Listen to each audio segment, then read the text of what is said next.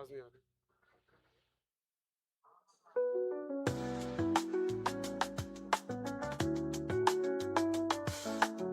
Voice is not coming. Sound is not coming from this.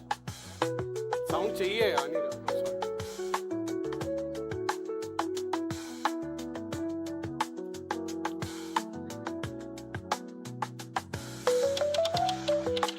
हाँ ठीक है. Coming. Second, I want to test this.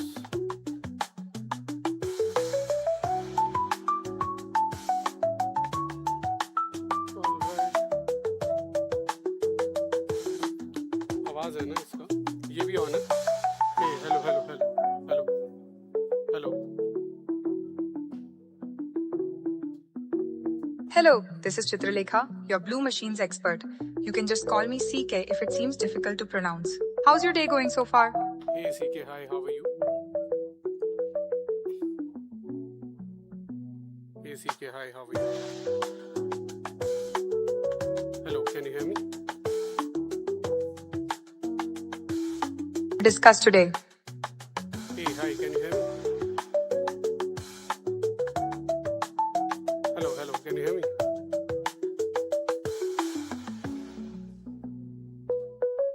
Hello, can you hear me?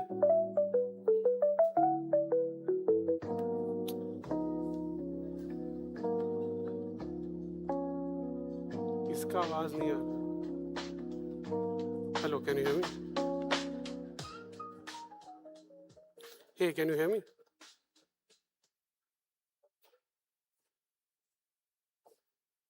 Or Enterprise Voice AI today. Hey, hi, can you hear me? Yes, I can hear you. What would you like to know or explore about Blue Machines today? Hey Chitralekha, can you please tell me more about Blue Machines? Blue Machines is an enterprise voice AI platform that handles real work on calls, like understanding caller intent, running workflows, Hey Chitralekha, can you capturing just data, pass me and to Kabir, escalating when please? needed. It connects telephony with your business systems to reduce repetitive calls, speed up responses, and improve data Yeah, can you accuracy. please pass me What to kind of Kabir? work or calls are you thinking about automating? Can you please pass me to Kabir? Sure, I'm now transferring your call to Kabir, our compliance and security expert.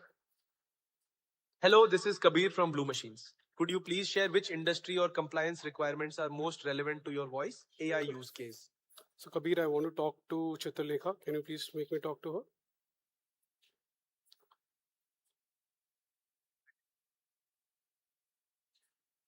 Hey Kabir, can I please talk to Chitralekha?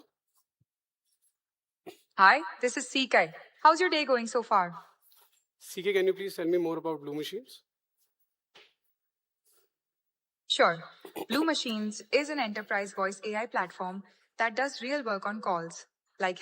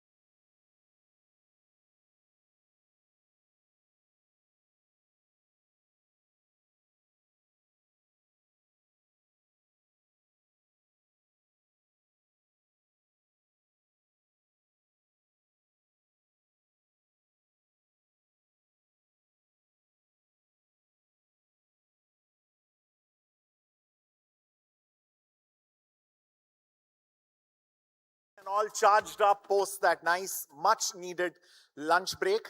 Now, this session is most certainly going to wake you up. Coming up is a product that I'm sure you must have seen in a bunch of viral clips. ROI demands real demos of sovereign agentic systems. To demonstrate this, we have Nirmit Parikh, founder and CEO of Blue Machines AI and Apna, on stage for a live presentation on agentic AI in action, live deployment. Nirmit, the ex-Apple wizard who deploys voice AI faster than anyone deploys hot takes, let's see these agents work their magic live. Over to you, Nirmit. Let's have a big round of applause for Nirmit, please.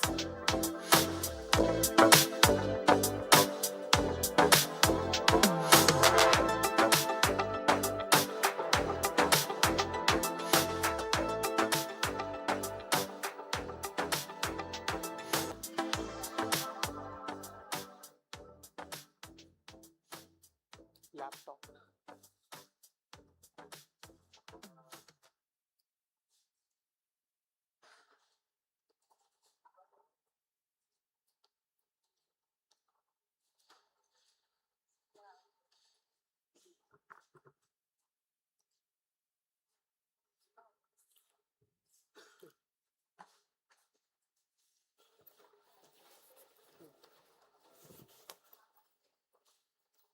Hello, folks. How are you? How was lunch? Good. Okay. Thank you, ET. Thank you for having me here. And super excited to be here. And yes, the debate which we did prime time was very interesting and full of emotions for us.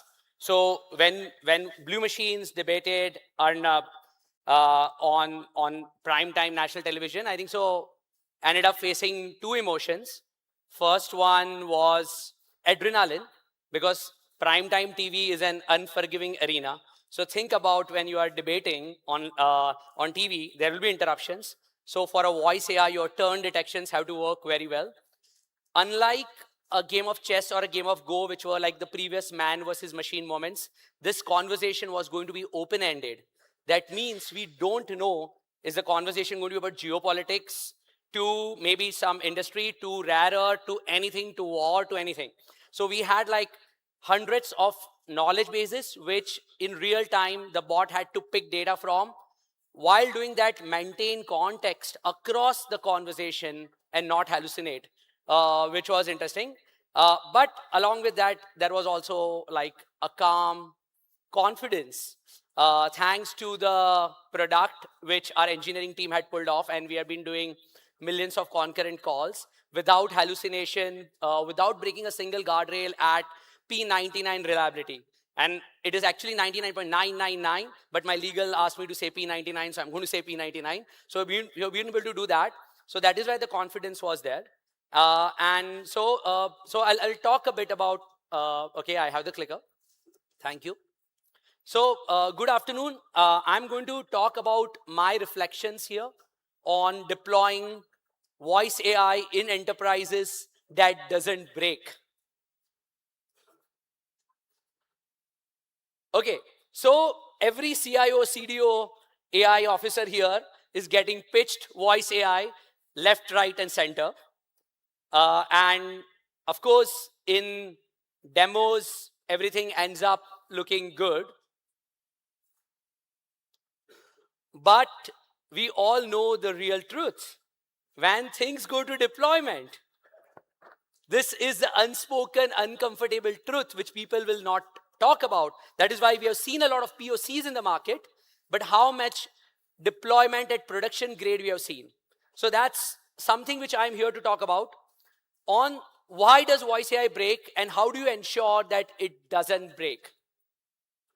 So see, most voice AI is PAT. And what do I mean by PAT? Means it works more or less 80% of times. And that means in a controlled demo, in an extremely quiet room, in a scripted flow, happy path, it is going to work. But as soon as you put into real world, it starts breaking, because enterprises basically need P99, because you cannot have a wrong call to a wrong customer where your brand gets misinterpreted, or there is a hallucination on the call and person makes a wrong financial decision or a critical decision. So I wanted to talk about what it takes to basically figure out and where does voice AI breaks. I think so it breaks at 3 layers. First one, the conversation layer. See, people are going to interrupt. People will change their mind mid-sentence. A lot of times on call, they are trying to ask for X, but they will ask for Y, which was not planned for in your objective of the call. You will also start seeing that in India, हम लोग mixed language इसमें काफी बात करते हैं. So any model which is trained on a Shuddh Hindi, Shuddh English will not work. At the same time, you know this Indian nod, okay, a lot of time it doesn't mean yes, it means I'm listening. So वहाँ पे most of the LLMs, most of the TTSs will skip the turn or will start speaking over you. At that second time, the second place, so one is in call, you see a lot of breakages. The second place, as you start deploy, you will see breakages. It is going to be on the enterprise layer. See, think about, AI is new, but your systems are old and they are fragmented. So when you start putting a voice AI, you will you'll connect it with the CRM which was installed in 2016. Maybe your the entire data sets and all the material you have is around 2019, 2020. Some vendor has added 5 more data fields to that, and only out of that only 2 have been fulfilled. Your API concurrency limit of your telephony is at 300, and now you're trying to do 500 concurrent calls. It will break. And that is also one major reason why we see things breaking. The third is the hallucination and guardrails. See, the problem of hallucination is that hallucination in AI is not gibberish. It is AI will confidently, warmly lie and will force you to make a wrong decision. So how do you get that hallucinations? Because it is very easy to build a smart AI, but it is extremely, extremely hard to build an AI which is smart in a box, but does not break a guardrail. For example, when you are trying, for a lot of our use cases, when we apply, they're trying to sell mutual funds, and somebody asks, oh, please, can you tell me which is the best mutual fund to buy? No matter how much the customer pushes, the SEBI guideline cannot be broken. So that's where it breaks.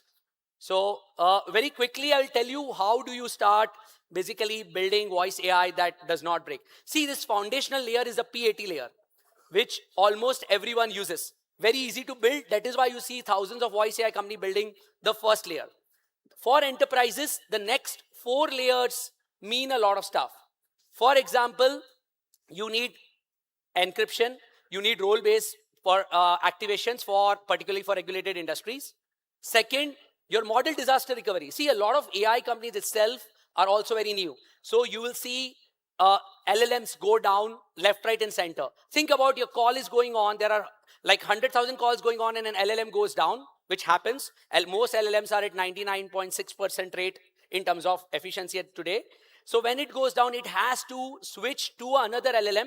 When it switches, it has to pass the context so that the context doesn't break and the call doesn't break. So I think so that is one place where we have spent a lot of time, energy to get it done. The third is the workflow engine. I think so that is where we do a lot more on the workflow engine side. What do I mean by the workflow engine? So we are deploying at one of the biggest mutual fund houses of the country. Their workflow has 15 integrations. They are pre-call, in-call, and post-call. So think about this. You find the portfolio of the person. You talk, this is how your returns look. Now the person is asking, but what if I buy this? How is the NAV going to look? You do the risk profile, real-time pull the data without hallucination. And believe me, doing mathematics, doing pin code, and all of these are hard points. But the AI should need the tuning so that it works. So I think so this piece becomes very important for integration. The last but not the least is this layer has to be built particularly for India. As I talked about the Indian nod, the mixed languages, so it is very important to get this layer right. Compliance ready, telephony is good, but the compliance ready infra, I think so is very important. And what do I mean by the compliance ready infra?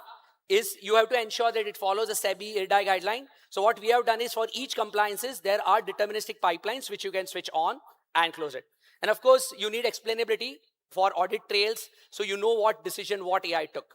So very quickly, I also wanted to maybe, if it is possible, maybe show you a demo on how Blue Machines does a P99, and then maybe I'll also show you how we deploy it very, very quickly.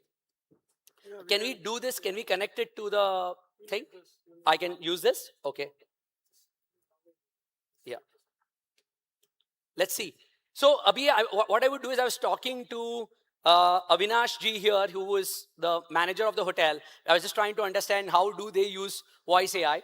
So this is, by the way, as Blue Machines, we sell everything using Blue Machines because we use voice AI to sell voice AI. So I will, and it can work with, you should go home, try it out. It's available. You can try in the noisiest environment. It will work. So let's see if we can try this. Hello, this is Chitralekha, your Blue Machines expert. You can just call me CK if it seems difficult to pronounce. How's your day going so far? Hi, Chitralekha. My day is going good. How are you? Hey, glad to hear your day is going good. I'm doing great too. Thanks for asking. So, what kind of work do you do? So, अभी है ना, मैं अविनाश जी के साथ था. वो hotel chain run करते हैं. उनके पास कुछ 1000 होटल है. हर एक होटल में कुछ 50 रूम है. जो चित्रलेखा जी मुझे बताइए, वो ब्लू मशीन कैसे यूज कर सकते हैं?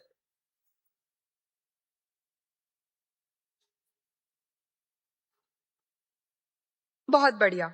अविनाश जी के होटल चेन में ब्लू मशीन्स बहुत काम आ सकती है। जैसे कि हम वॉइस एआई से हर होटल के फ्रंट डेस्क कॉल्स को ऑटोमेट कर सकते हैं।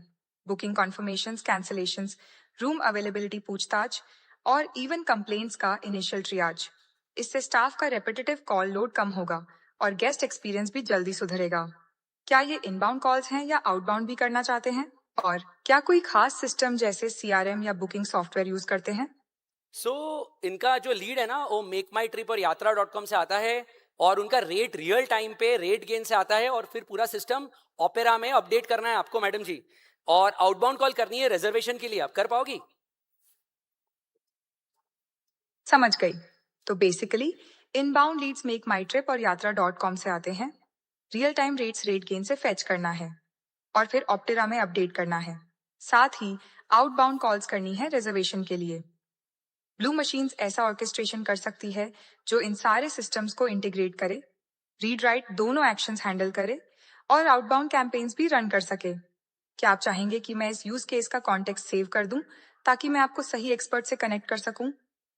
सो चित्रलेखा जी, बट मेरा एक क्वेश्चन था. आप मुझे बताइए, क्या पीआईआई डेटा, उसमें name, phone number, credit card information सब आएगा, उसको आप कैसे मैनेज करोगी? Sure, I'm now transferring your call to Kabir, our compliance and security expert. निजी जानकारी पीआई डेटा के संदर्भ में आपका मुख्य कंसर्न क्या है? डेटा कलेक्शन, स्टोरेज या एक्सेस कंट्रोल? सो कबीर जी, मैंने अभी चित्रलेखा जी को पूरा समझाया. आपको मेरा यूज केस पता चला? पूछ लीजिए चित्रलेखा जी को.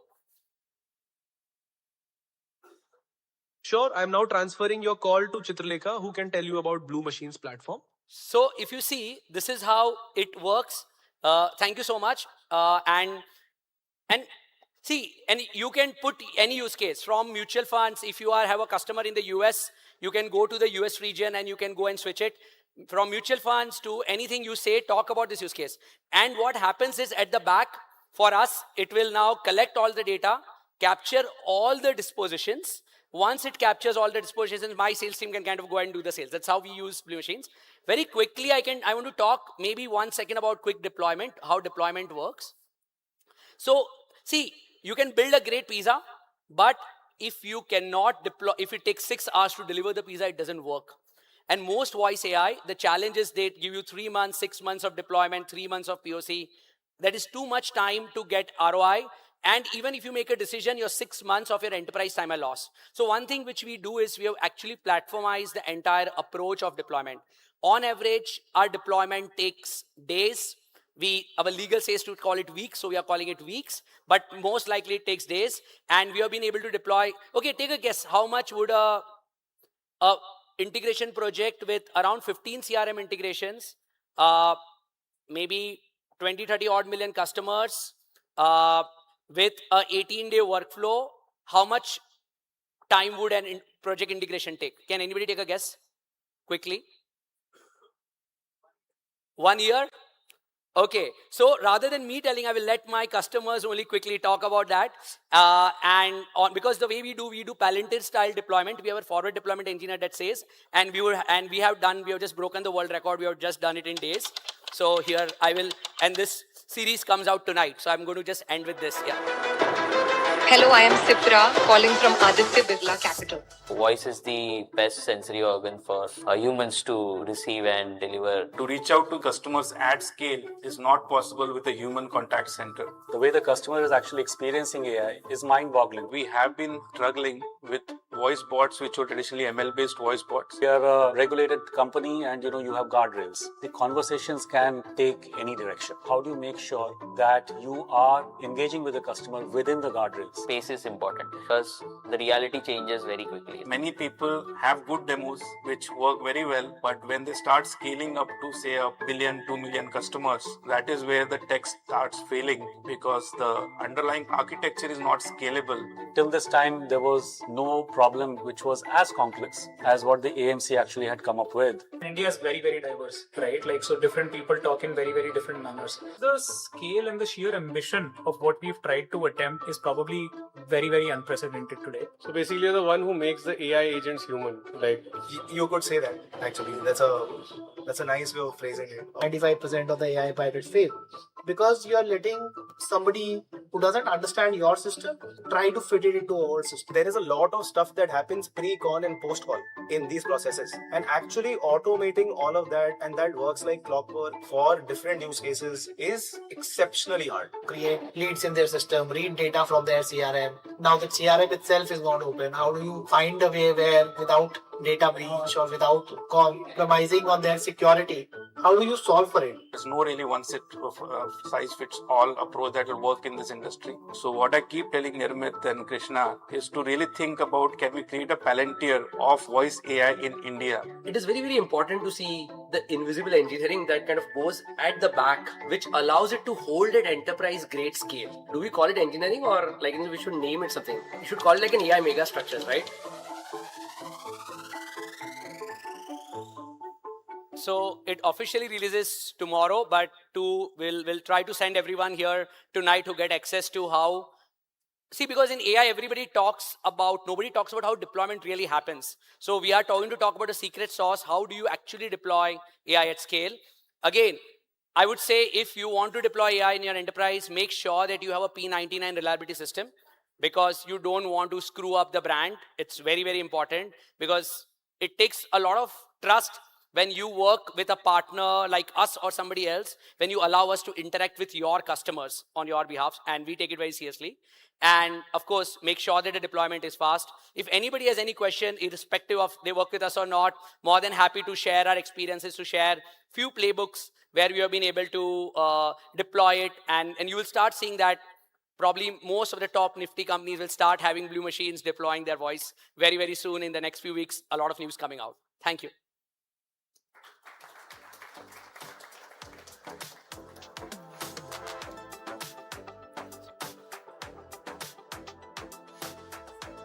just plug it.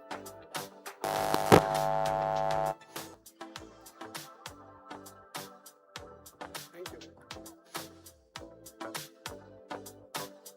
How fascinating was that? Love some live, real demos.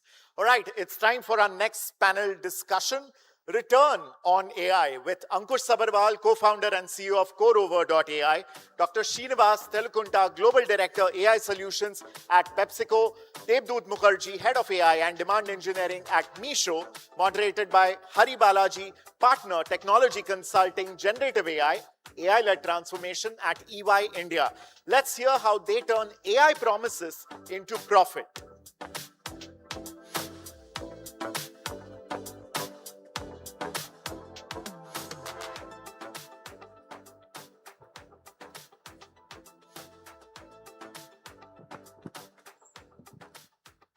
Hello, can everyone hear us okay? Okay, fantastic. So, good afternoon, everyone, and thanks for being here. So let me just introduce myself and then we'll get on to the panel. So I'm Hari Balaji. I am a partner with technology consulting at EY. I run EY India's Generative AI Center of Excellence. So today we're here to discuss a topic which I think is top of mind for most enterprises, which is being able to achieve the ROI in AI. Just to throw some stats at you. So we do a survey every year of the top 200 CXOs in India in terms of where they are in their AI journey. And we released our most recent one last November. So that survey told us that while about 47% of Indian enterprises have started looking at agentic AI, ROI is still a big concern for most business leaders in India today. And more importantly, we've also started to get very impatient with wanting to achieve that ROI, with over 91% of our business leaders telling us that speed to realization of value is one of the critical factors for them to decide what projects to greenlight. So that's something which we're here to discuss. And so with me are three fantastic gentlemen who are just the right people for this conversation.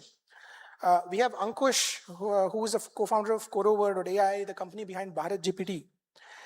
His platform has supported over 1 billion users across IRCTC, HDFC Bank, and so on, and also operates in 22 Indian languages. Welcome, Ankush, and pleasure to have you here. We also have Dr. Srinivas, who leads AI solutions and platforms globally for PepsiCo.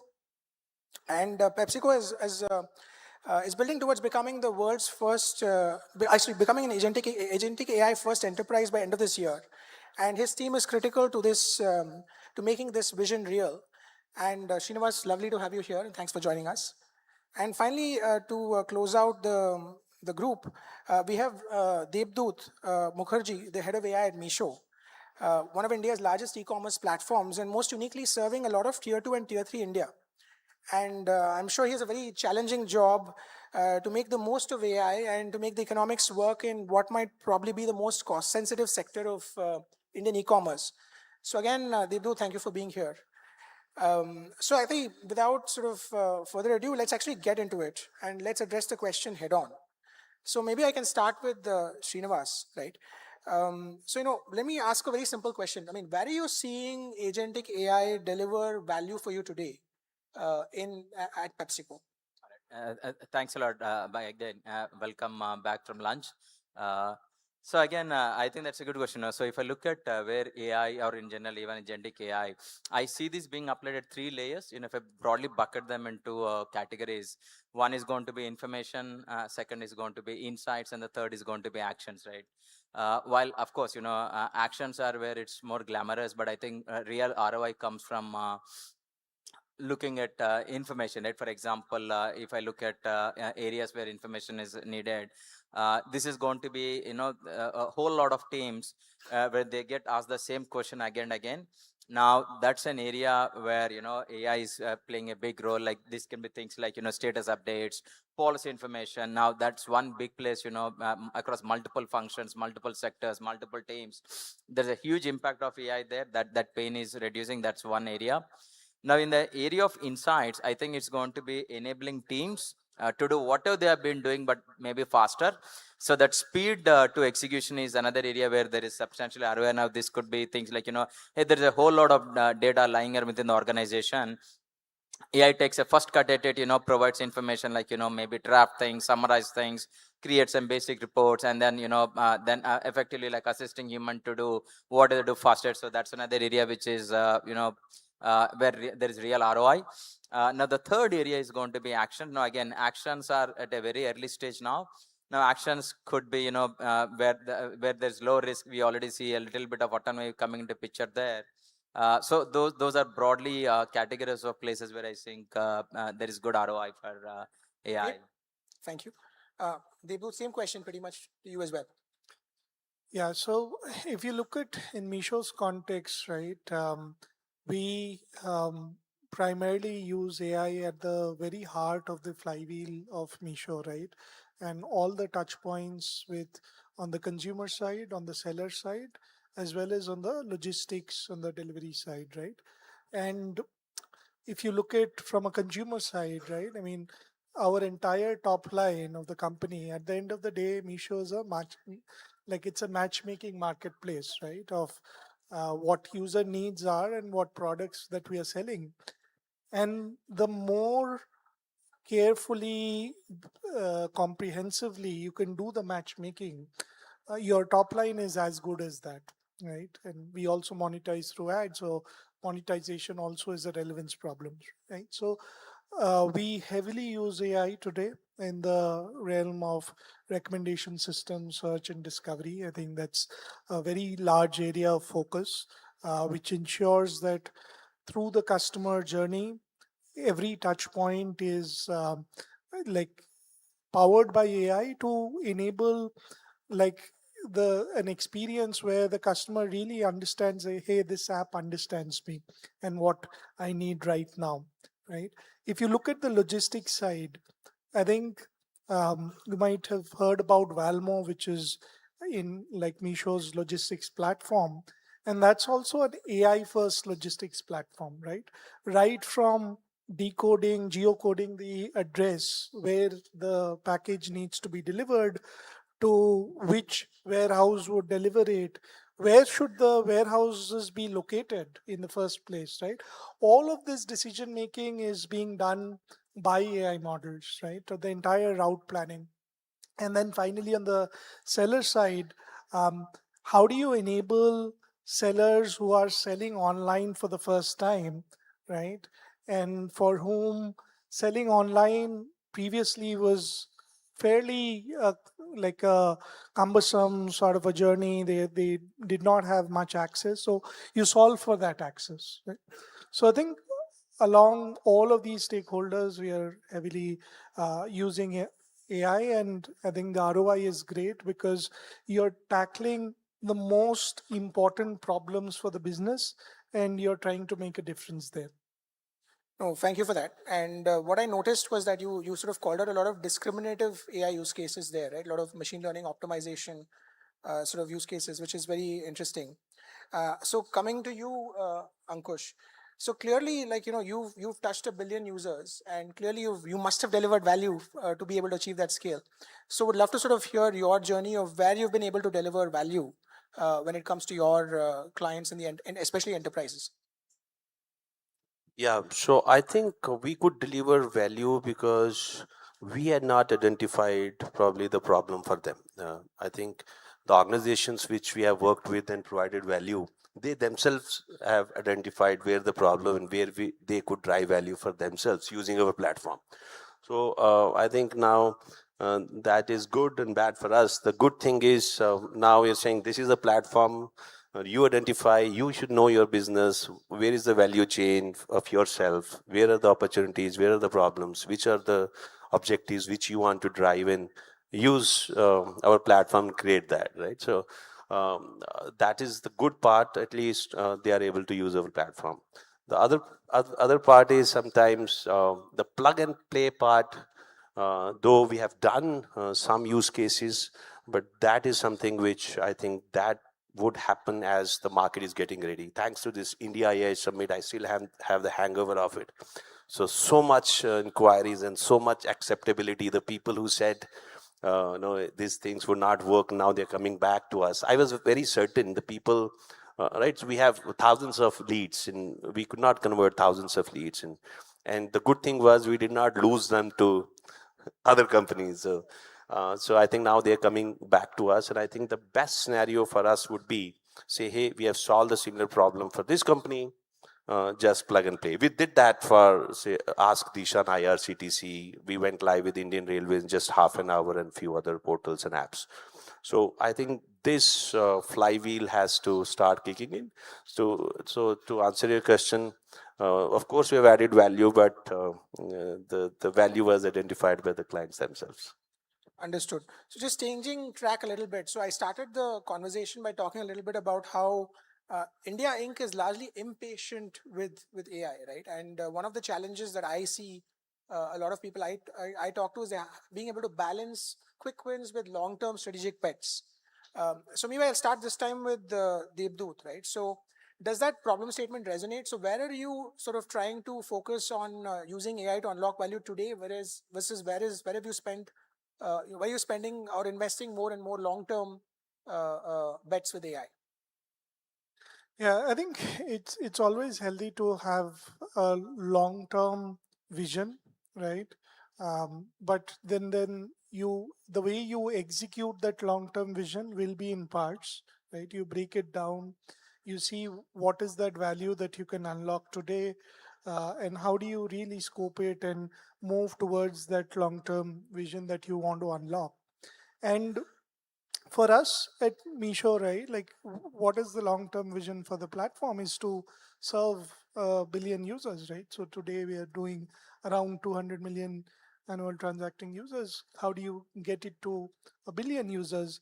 And in that journey, you need to solve for a segment of users, many of whom are probably there on the internet today, but doing very little, and many of whom are not even on the internet today, right? So there's significant access challenges, and so like it always helps when you align your AI vision with the overall vision of the company, or the overall vision that you are trying to problem solve, right? And there again, AI can help in many different ways, right? I'll take up a small example. This rural user, they like often like they can't type, right? India has a big typing problem. They don't know what to expect, right? So, and there is a tremendous trust problem in operating online. So these are massive problems which, if you can sort of carve out solutions to, I think all of these are long-term bets. But then how you execute them is you would take and say that, hey, like given the state of the technology today, is there something that I can solve? Is there a prototype? Is there some launch that I can do to realize the value? But more importantly, to understand and get feedback from the ground, from real customers, because only once you deploy stuff would you be aware of what are the n different problems that you need to solve, right? So I think that is where the short-term versus long-term trade-offs would need to come in. You always start with a long-term vision, but then you execute it in parts, you phase it out, and that's how. No, makes complete sense. And then taking the feedback and continuously changing your course to align with that long-term vision. Well, that's definitely helpful. And Srinivas, if I can ask you the same question, yeah. I think, again, I'll probably, I completely agree with Deb, that's a great thought. I'll probably give a flavor of an enterprise context, right? I think, again, within a large enterprise, it's not a choice of short-term versus long-term. I think it's a deliberate mix of both, and both serving a different purpose. So there are certain set of use cases which can be quickly enabled within a span of 60 to 90 days. That does unlock value. I think there's a place for that. We should definitely do that. But there is also a place for certain long-term thinking, especially if it involves operational transformation, process transformation. Those are long-term goals. I think that would need more time. I think there's a place for that as well. But independent of whether it's a short-term or a long-term, I think the key aspect we should look for when we especially look from a RA point of view is going to be, hey, what are the core building blocks on which these assets are built on? So as long as both the short term and the long term are going to be, synchronized with each other, building upon a common core set of building blocks, that I think will help us in, making sure it's all going to be, giving that ROI which we need. But again, if they're in missing, that's when the ROI becomes in jeopardy. Thank you for that perspective. And Ankush, maybe I can turn around to you now. So look, I think you launched recently BharatGPT Mini, right? So one of the questions I think for a person, especially in your place, is that you can go ahead and try to kind of achieve state of the art on, let's say, a very small language model, which will be a quick win. Or you can go after something much larger, which requires much more patience and taking on the large players, right? So how is that translated for you? How are you thinking about your portfolio today in light of what could be an easy quick win versus something that's more foundational? So I think you are assuming foundation has to be big, not always, right? So the even in our platform, we let enterprises, developers choose the model. The BharatGPT Mini is there. The BharatGPT around 7 billion parameters is also there. And in fact, we have ChatGPT and Gemini also there. Right. So we have the clients in Europe, and for few use cases, they use Bharat GPT, which we were not expecting them to use. Right. They were saying, you know, we are friends, and even we met Honorable President there and all that. And but there are few use cases we could not handle. So for that, we are exploring. We're saying, okay, let their sovereign AI partner there. So one thing, foundation doesn't always need to be big. It has to be purpose-led.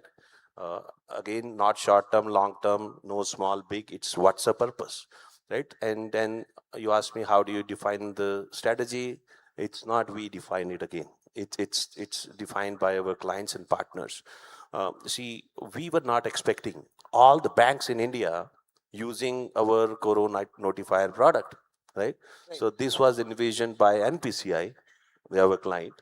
They know our platform. We went live with them, I think around 6-7 years ago. We created a interactive digital twin. Now these twins are very famous. I just saw a demo. It was very wonderful. Now every company is doing that video bots, and we did that. I think we were the first one there. So they knew. We started with the video bot for HR. Then we did digital payment literacy thing. It was not our vision to increase the digital payment literacy, what not our domain. They thought, right? So, and then we did that notification, which is keeping banks compliant, right? So every bank in India is using that product, right? So if I had to imagine, I would have never imagined the bank staff would use it, right? So our roadmap, if I show you roadmap, it's all tech, right? I have the roadmap for the next 36 months. It's all about how we get better with what we do, and it's very less of we gaining domain knowledge. In our roadmap, we have very clear path. How do we partner with the domain experts and co-build it, right? So now we are soon going to launch Bharat GPT series of purpose-led small models for different sectors. But if I claim I can do it, no. Yes, we understand the nuances of creating small, efficient models with less consumption of compute. So I always say, if you have money, that doesn't mean you'll put the large model for everything, right? So we use whatever is required model for specific purpose. Begin with end in the mind. What is the purpose? And then you see what solution is required, and then you see what model is required. Whether you have the model available, we'll use it. If not, we have to create it. No, fair enough. Makes sense. I mean, question more, I guess, for Srinivas this time. So, I mean, actually, let me start with Devdut, actually, right? So, you spoke earlier about Valmo, and I think there's this constant question, in at least for most, most of the larger enterprises, when should they build something versus when should they just take something that's available off the shelf, right? And I think that becomes especially interesting in a situation like yours, where you're operating on razor-thin margins, and you need to sort of probably in-house a lot of the tech to stay competitive. So would love to sort of understand a bit of that journey, right, in terms of how you think about the build versus buy. Yeah, I think there are a few different dimensions. Let me talk about them. One is, like, if you realize that, hey, adopting a third-party solution would enable you to validate and go to market quicker and validate whether that solution overall is making sense, I think you should do that, right? That's number one. Number two, where do you, so your own engineering and machine learning AI teams bandwidth is also very precious, right? So where do you deploy that versus where do you sort of partner? Like, that is also dependent on how core is that part of your business, right? So if there is a really long-term play and you would want to build up an asset in that particular space, then it's very important that you are as much involved internally with your teams on that problem statement so that you understand that in and out, right? Versus, okay, if this is yet like one component of a solution which is on the sidelines, right? And there you can probably take a buy call and integrate with something because it will improve your go-to-market velocity. Makes sense. So don't outsource your most important problems is what I'm hearing from you. It's great. So on the topic of partnering, Ankush, you recently partnered with Tata Communications for a sovereign AI infrastructure build. So would love to understand how that came about and what you're doing there as well. See, we keep developing, training our models. We might not announce all of them. So now we have, say, 3-4 versions of GPT, and with Tata Communication, we have trained one version of model that was part of mini series. And I think the first, we were just waiting. We had announced partnership early, and then they got the as consignment of GPUs. I think right. I don't have official information, but I think we were the first users of their GPUs. It's not official, by the way. Right. So, we had set up how we do parallel compute and all that. So we trained the part of our model with Tata Communication, and now there are few opportunities we are working together. Understood.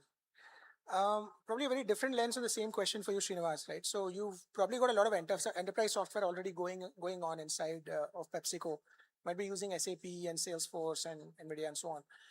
All of them bring AI along with them, right? So how do you think about using the AI that's already available inside all the enterprise software that you use today versus building your own as you've done for your agent factory?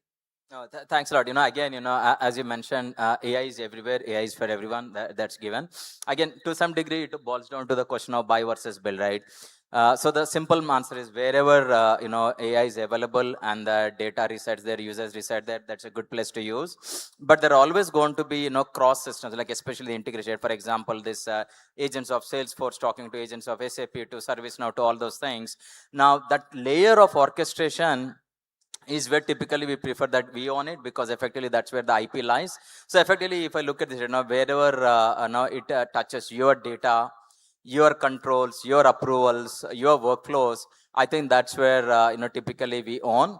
Anything else is a commodity that can be outsourced. Okay. Ask the same question to me. Why did you answer it? See, these guys are trying to create everything on their own, right? All our customers. So I think that is delaying our lead to the conversion thing, right? See, I'll tell you, perception it's easy to create, right? So Anthropic launched something, then the whole media was behind people and the share market getting down. Then now Anthropic would create everything. I think we should do whatever we are good at and let few experts join hands and create it. So I was answering the question, like, if I was thinking, if Anthropic can create everything, can Anthropic create a better version of Anthropic using Anthropic? Mm-hmm. Right? So we launched Kana AI, and it's our first consumer direct attempt. That's not we want to. There was a need and we have created. I'm still looking for partners to scale. But did any of these AIs could create that, right? And it's not possible. See, when we started this company in 2016, I read one article in Harvard, and it was mentioned like the AI would be successful only when the experts do it. Right? Because see, we do it for hundreds and thousands of customers, and we know the nuances. Right, so it's request to all of you. It looks easy because it's kind of co-pilots and what are those kind of vibe coding and all that. It looks easy, and that keeps people busy to create. Right. So yesterday I was trying to create one PPT, and someone told me, use few tools. It's so easy. Give a prompt and create it. Right. It took me 3 hours, and I still could not create the PPT, which is my vision. Then after spending 3 hours, and I started, okay, mujhe ek deck slide banana, let me create my own. I'm not saying these tools would not improve. They will, they should, so that we be good, so we'll be efficient in whatever we do. But I think if you have to leverage this opportunity faster and help you achieve your purpose and do whatever is you are good at. If you're not an AI company, if you're not been doing AI for years, I think we'll waste more time than actual finding the value in achieving your objectives.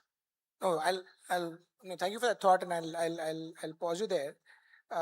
So yeah, maybe one or two last questions before we sort of wind up, right? So I think the last, probably I'll just ask you this, Devdut, right? So I think in order to realize ROI from AI, one of the things that you do need is for the AI to be able to operate at a high level of autonomy, right? When you've got, let's say, billions of transactions being run on the back of an AI backbone, how do you sort of ensure that accuracy is essentially being maintained? How do you sort of validate the quality of the system and ensure there's no model drift? So how do you think about that, and what are the safeguards you've put in place? Correct. Yeah, I think it boils down to metrics at different levels, right? So first, of course, the ROI question would be defined by some output metric, which is something which is in your P&L item, right? Like you look at your P&L and the largest item is where you should invest in AI. So that defines your ROI. But then the reliability question is where you need a very long ladder of input metrics, right? And lot of audit logging of input metrics. So reasoning about input metrics is where most of the human effort today would need to go in, right? The coding part has become a commoditized, right? So like coding, anyways, any place the agent would do. What humans and business leaders or even product and technology folks would need to spend majority of their time is for each and every component, how do you measure it? How do you, what do you instrument? What kind of dashboards do you get? What kind of audit logs and tracing do you do? I think that is where a lot of human attention needs to be going in. Got it. So investing in the telemetry. So folks, I've been told that we're out of time. So thank you so much. It's been a wonderful discussion, and I think you brought very diverse perspectives to the table. So thank you for having us here today, and I hope you all had some interesting things to take away from this panel. Thank you. Thank you so much. Thank you. Thank you.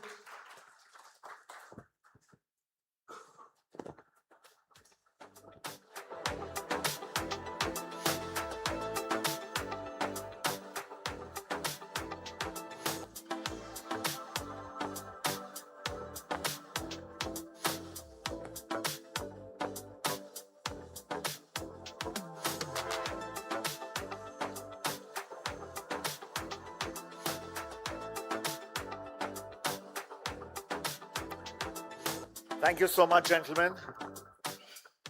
All right, moving on to the next panel. Agents that can bridge linguistic gaps are extremely essential for India's 1.4 billion. We've seen an interesting demo in English, and let's take that forward. Please welcome on stage Gaurav Agarwal, Chief AI Scientist at Reliance Jio, Bhaskar Subramanian, Co-founder, MD and CEO of Amagi, and Safia Hussain, Co-founder and Chief Impact Officer of Karya, whose rural language data work powers ethical Indic AI at a global scale.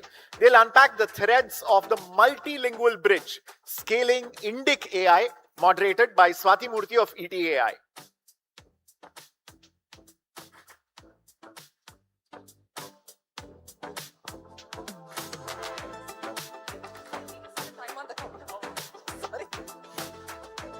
Because it doesn't come on. Hello, everyone. I think we have, whoever was at the AI summit last week, I think would have heard enough of Indic AI, but still hoping that we can bring in fresh perspectives because we have three great people here.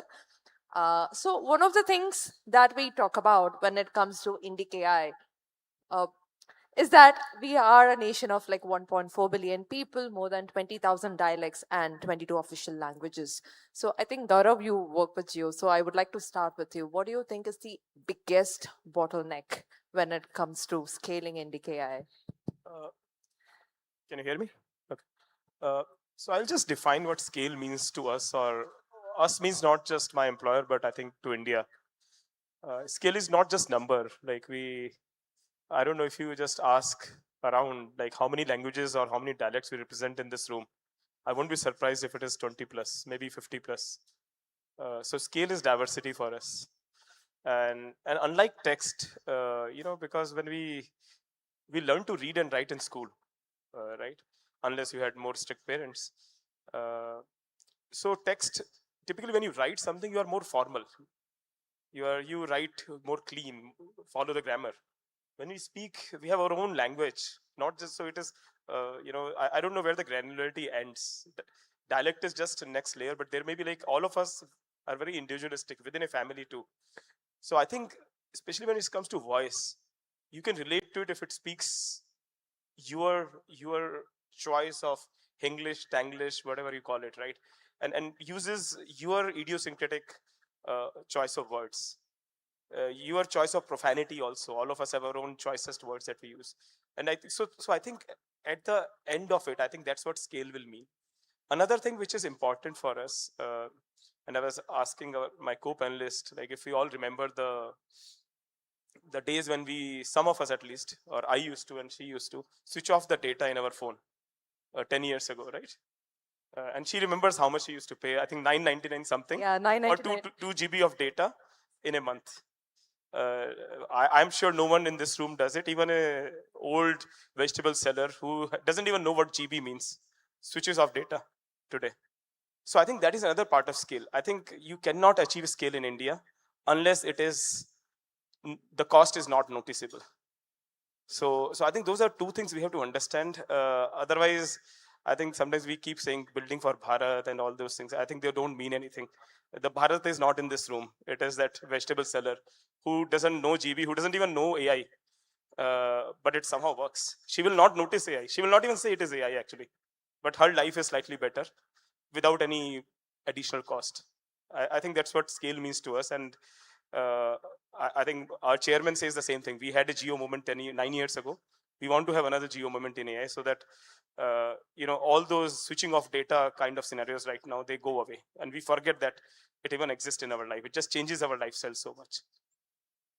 And Safia, you work on the data space. I think one of the biggest challenges when it comes to scaling is data. There is just not enough available data, Indic language data, to scale at the quality we need. So could you just talk about, what do we need to do to bridge that data gap?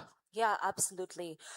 So and I just want to also, I think, speak to what Gaurav said and add a qualifier that it's not just about scaling, but it's about scaling well, right? We can easily go and collect, n amount of data points from various sources, but is that data going to be good enough to fundamentally create trust and power within everyone that is going to use AI? And I think that's a big thing we need to think about, right? Who are the users of AI? We're saying it's everyone, right? That is the promise of what AI is supposed to bring us. So how do we actually intelligently think about building our foundations? And data is one of the most important part of those foundations, right? So it's not just about, can I get 100,000 hours of data in Bhojpuri that will fix everything? No. Is it the right data? Is it from the right users? Is it across every segment of the population, right? Like at a very, scientific level, what is the sampling strategy that we are using to actually create our data sets? And then what are also the evaluation strategies that we're going to be using? Because I don't think data alone is a constraint, but are we validating that data well? And then are we evaluating models that use that data so that we can ensure that things aren't being lost in that black box, right? And I think what you said is very important and beautiful, right?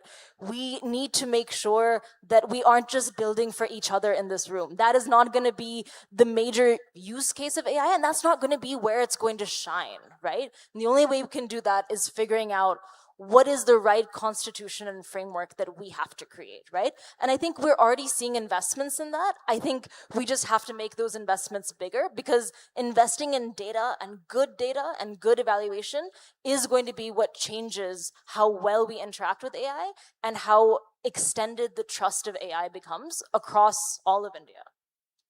Bhaskar, Gaurav, he spoke about, what we need, what does scaling actually means. She spoke about data. What do you think is actually the weakest link? Is it the data, the infra, or people? What is the weakest link according to you? I think it'll all point back to data for us. I think compute eventually will get solved. So it's like directionally it'll get solved. So I don't think that's a challenge for us as a company. I think everywhere, if you look at it, data, it points to data. And like what she was pointing out, pointing to curated, good data is going to be the core element of how these structures and things will work. And we're just scratching the surface with the voice. Voice is just the one layer that you're seeing. I think the moment you add in video on top of it, in terms of then the cultural nuances of that becomes extremely more diverse in terms of the dimensions that you need to capture. Now, with voice, like I think we talked about dialects, we talked about our own ways of how we render things. The moment you add video on top of it, it's about our homes, our buildings, our culture. It kind of starts to reflect a lot more holistic 360-degree human connectivities that needs to be really mapped as well. So that's going to be a bigger challenge. Obviously, it all starts at the heart of really getting good curated data to start with the whole process. Today, we've been very scraping data a lot. I feel two problems. One is obviously the quality of the data, and we're also not really kind of attributing the data back to some extent. Both are in some sense a challenge, I think, of the industry that we need to solve. So what does it mean? So then where are we right now? Because we are at a stage where we just came back from the India AI Summit. We are trying to position ourselves in the larger AI landscape and scale, if any.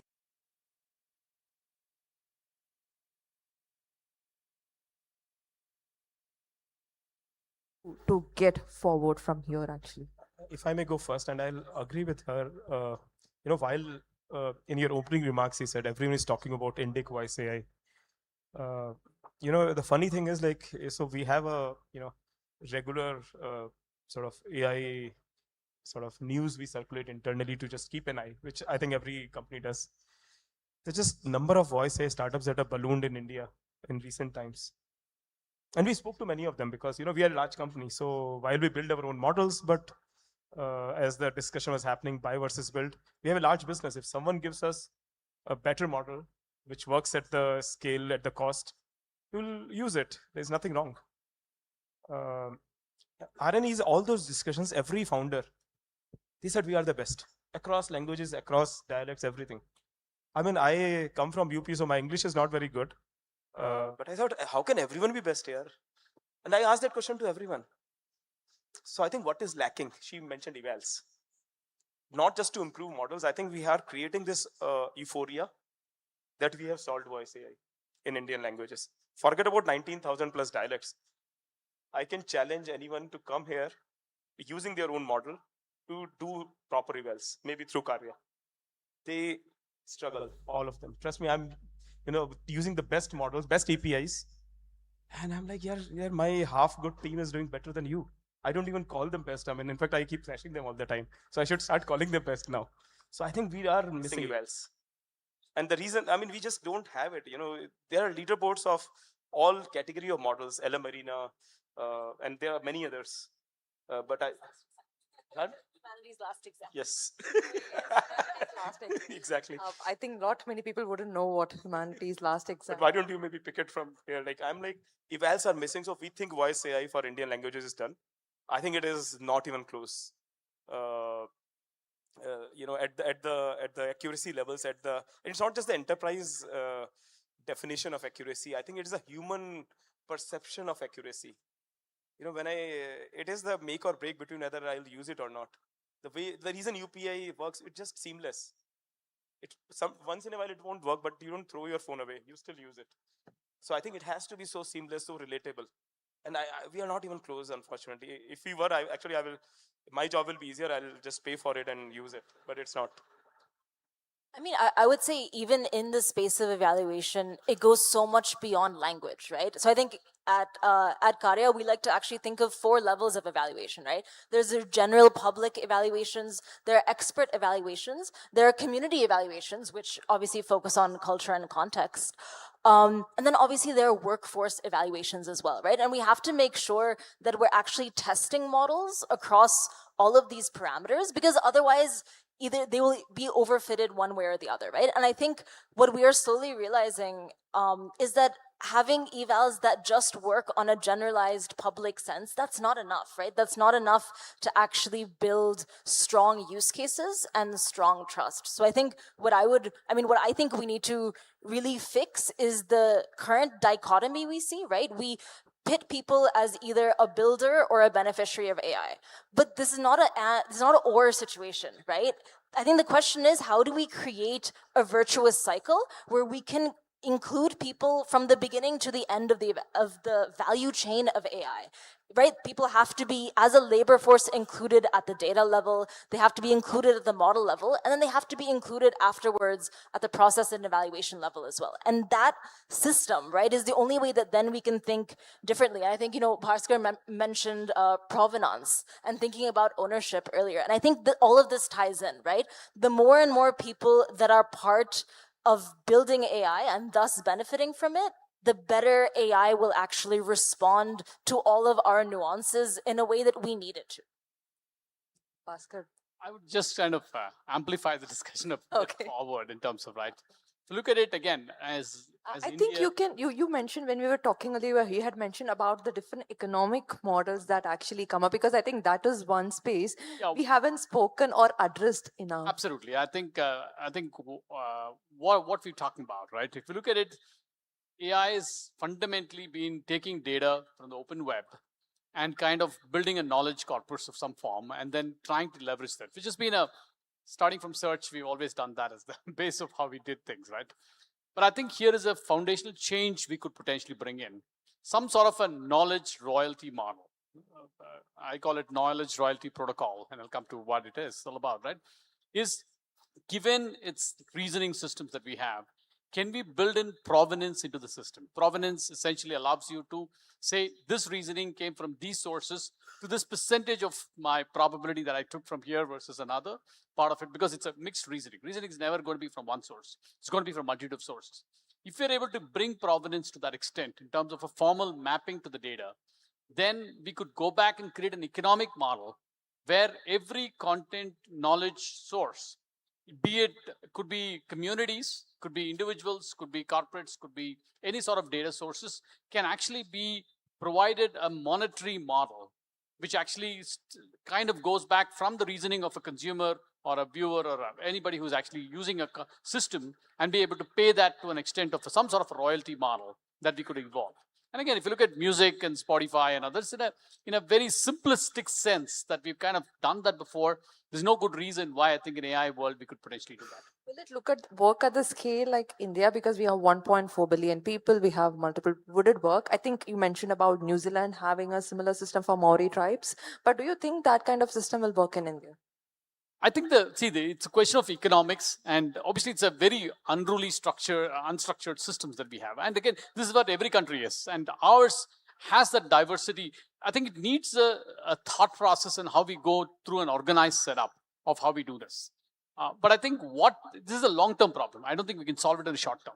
But if you solve it in the context, and again, given, I also strongly believe that in India, we understand diversity better than any other country in the world.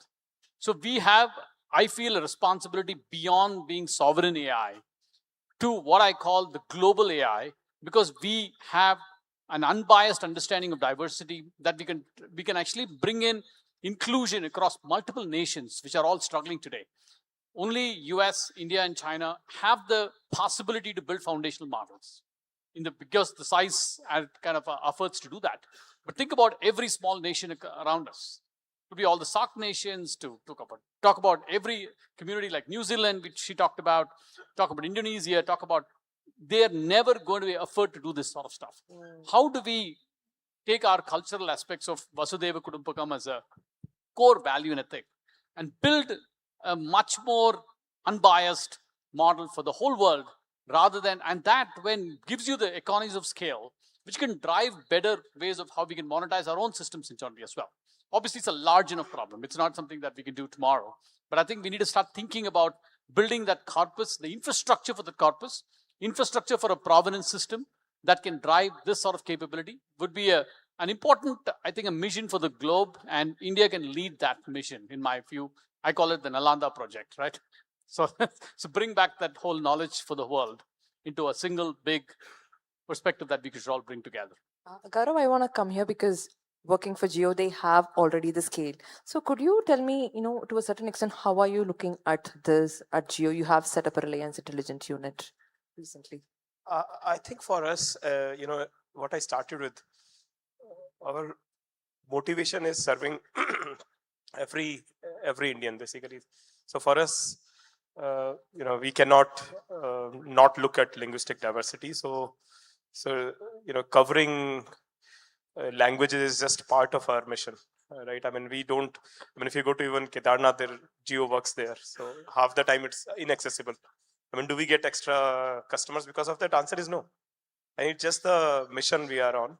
So for us, managing and catering to the linguistic diversity, obviously we'll get to the lower and lower granularity, diversity, and literally n is to one personalization. It will get there.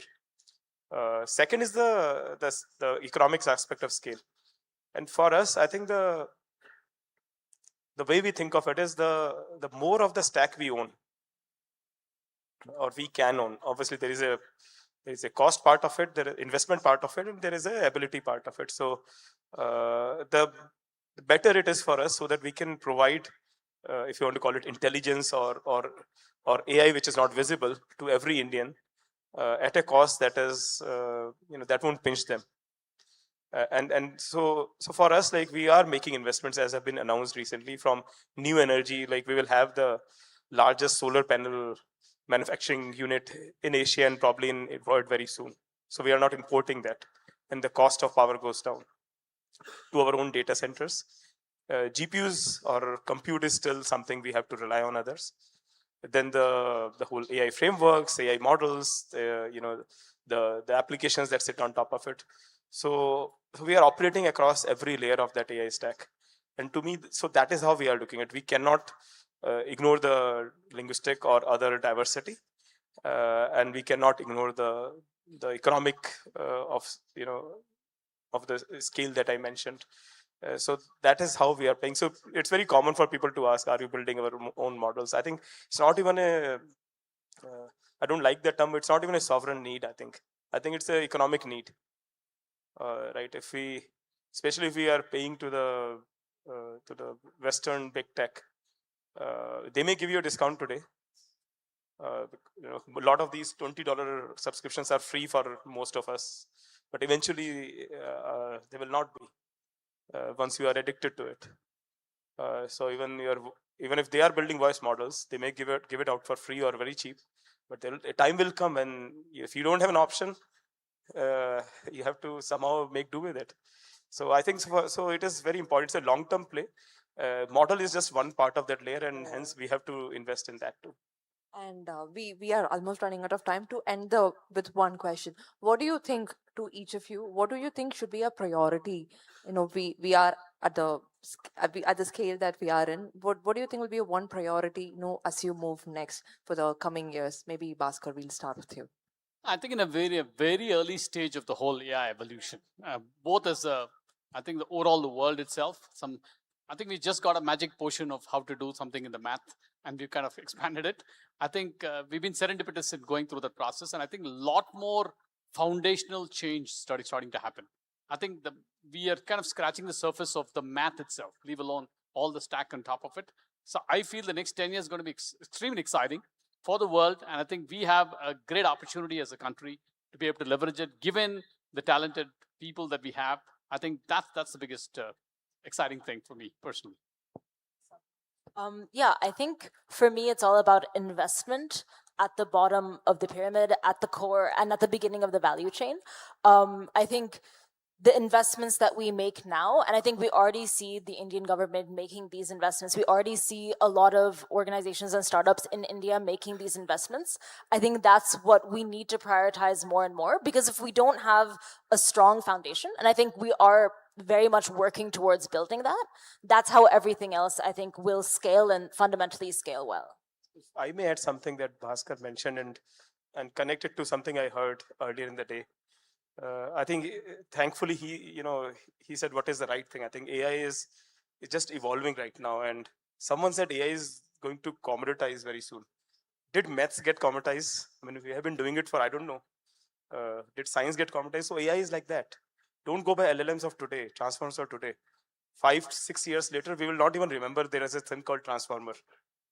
So please, those of you who are not from the technical side of AI, if you think it is going to get commoditized, then you should not invest in AI. You have no idea, seriously. It is like maths. It's not going to get commoditized. We'll keep calling it different names. In fact, when I was doing a PhD in AI, we used to call it machine learning. In fact, AI was seen as a lesser term. Like AI is like if then else statements, and ML was like you train machines to do something useful. So terms will keep changing, but the desire to make machines smarter, to cater to some purpose of human need, I think it is going to stay and will keep evolving. It's not going to get over. So I hope people don't think it is going to get commoditized. It's not Java or something. I mean, those things can get commoditized. So please, thank you. Thanks a lot. Unfortunately, we wouldn't be able to take questions, but thanks a lot for listening to the session. Thank you.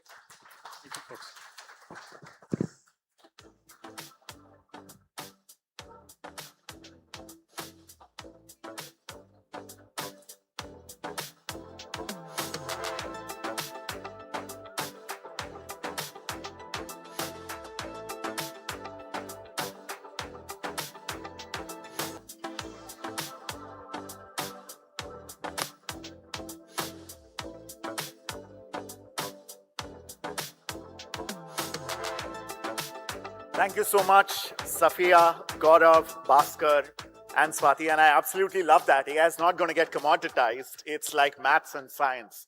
Beautiful.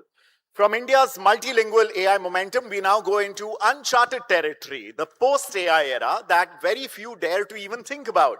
While everyone's chasing generative hype, Dr. Harik Vin, CTO of TCS, is already mapping what's next. Please welcome him on stage for the Horizon keynote, the post-AI landscape, a visionary look beyond generative trends. Dr. Vin, while others play catch up with ChatGPT, you're totally looking beyond and decades ahead. What an absolute honor and privilege to have you among us. Over to you.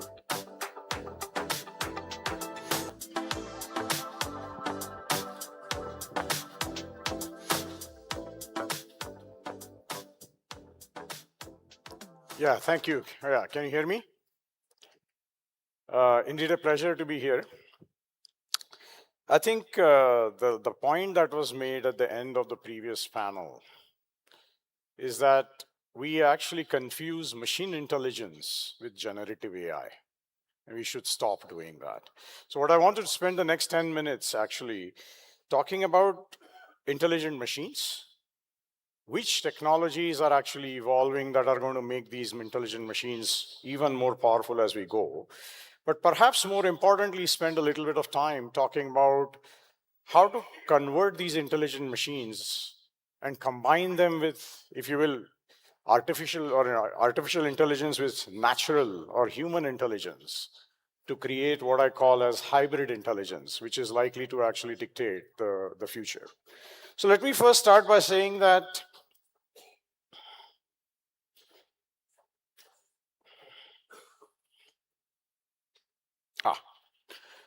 so actually, when you think about technology, there are actually 6 different technology categories that are at the heart of building intelligent machines. There is sensing technologies, which is actually all about creating observability in very large scale systems. And there is a variety of new technologies emerging there. Quantum sensing that can actually do observability at an atomic level. Nano sensing, hyperspectral sensing, which is basically allowing us to see the unseen and actually capture data that will become the foundation for these AI models of the future. There is, of course, communication, 5G, 6G, and beyond. An important point that was made even in one of the previous presentations is actually knowledge engineering technology. It's not about data management. It is actually about knowledge engineering. Because you have to understand ontology of a domain and actually be able to convert data into knowledge, which is going to become the foundation of a lot of the AI models. The fourth category is computing technologies. There are a wide range of interesting, new, novel technologies that are emerging. I want to talk about at least 2 of them. One is called neuromorphic computing. So if you think about today's AI and AI models, they're actually limited by energy consumption, power.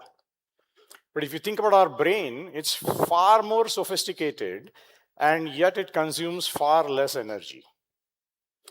So these neuromorphic architectures are actually inspired by our brain, and actually these are actually already showing 100 to 1000x less power consumption compared to today's GPUs, right? The other technology is quantum, which is actually very good at making these AI solutions inculcate what I would call as prescriptive intelligence. So reasoning intelligence is actually 4 types. Descriptive reasoning, what is happening; diagnostic reasoning, why is it happening; predictive reasoning, what is likely to happen; and prescriptive reasoning, which is actually what should I do about it.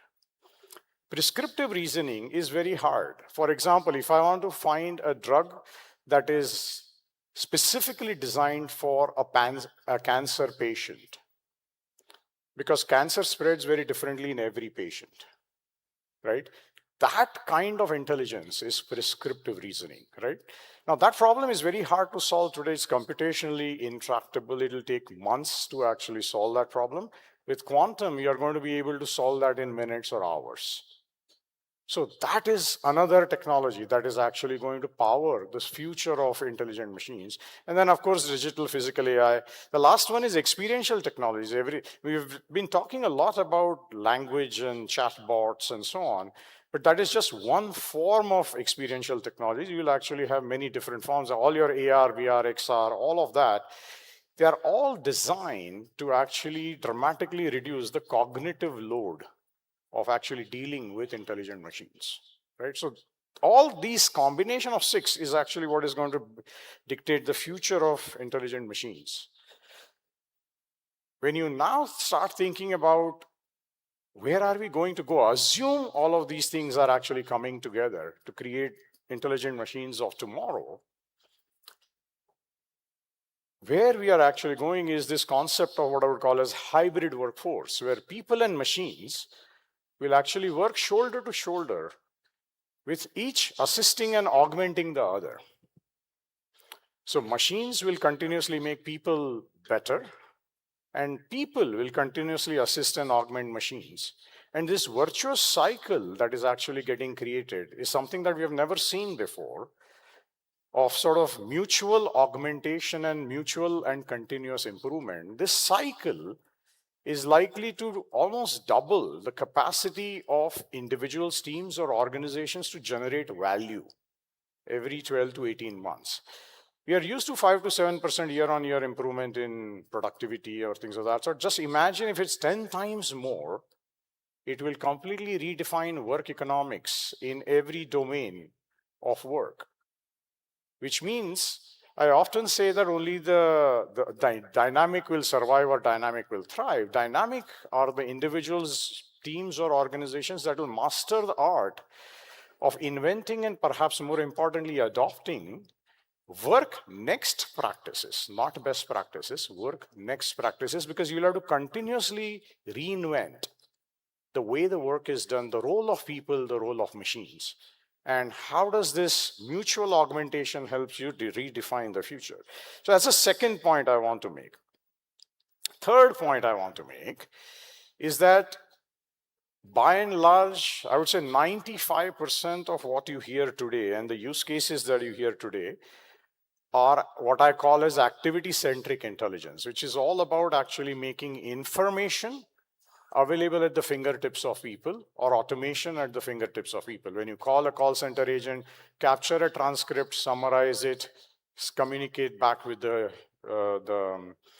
caller. Or who is that caller? How important is that caller? That's information at my fingertips or automation at my fingertips. Today, the challenge, the reason why it is not doing actually ROI translation or ROI is hard is because we are still automating activities or tasks and not roles. So these partial FTE automation does not actually accumulate very well. So there is a non-linear translation of the productivity and the ROI savings. So there is a lot more work to be done even on level 1. But actually, level 1 is just the tip of the iceberg. I want to actually talk about the fact that almost every knowledge work that we know of is a combination of decisions and actions. For example, I think in one of the previous talks, there was a talk about automating the transcript when a patient is talking to a doctor and actually creating a record. That is actually automating action. The decision in that example is what is the diagnosis and what is the prescription, right? Because there are so many possibilities that from which you have to actually do this. So what's happening is that in almost all domains of knowledge work, there is a huge gap between what I would call as average and elite. In software engineering, in the IT industry, the quality of software you produce today, as measured by software quality measures like time to introduce change-induced error rates, or time to recover from failure in software, the elite software is 100 to 1,000 times better than average software. And by the way, you can say the same difference in best doctor, best lawyer, average lawyer, best customer service agent, best underwriter versus average underwriter.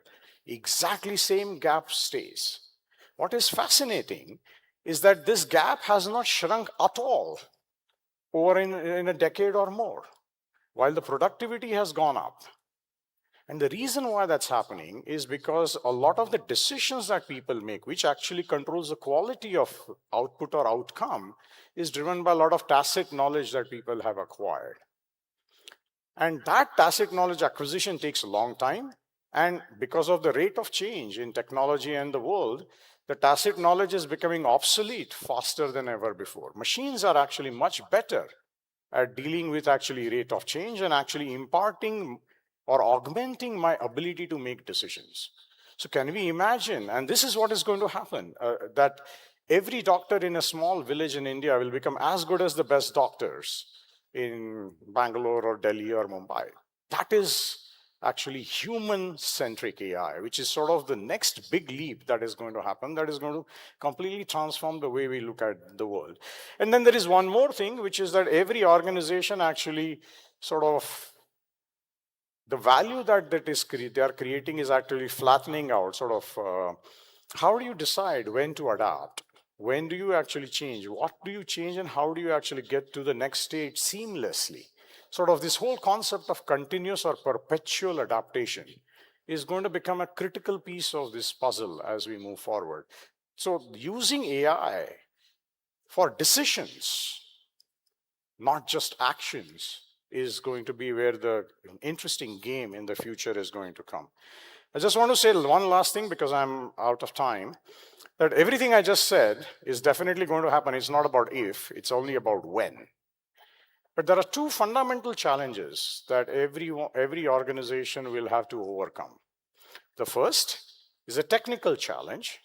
Building these kinds of intelligent machines is not easy. It has been kind of, I think there was one comment that was made that in the previous session that things like vibe coding make it appear like extremely simple, but actually building solutions that are trustworthy, that are actually dependable, is extremely hard. I'll give you just one example. This is the first time in our lifetime we are actually building machines that are self-evolving. Right? We don't know how to actually deal with anything that self-evolves. We can't test that because you can't really, all software we have built ever, we could actually test it and deploy it, and it doesn't change by itself. Now here, if it is changing by itself, how do you evaluate? How do you test? All of these problems are known at the moment, not a trivial problem to solve. Lots of work needs to be done. That's why I think the point that was made that we are at an infancy with respect to truly large-scale deployment and value.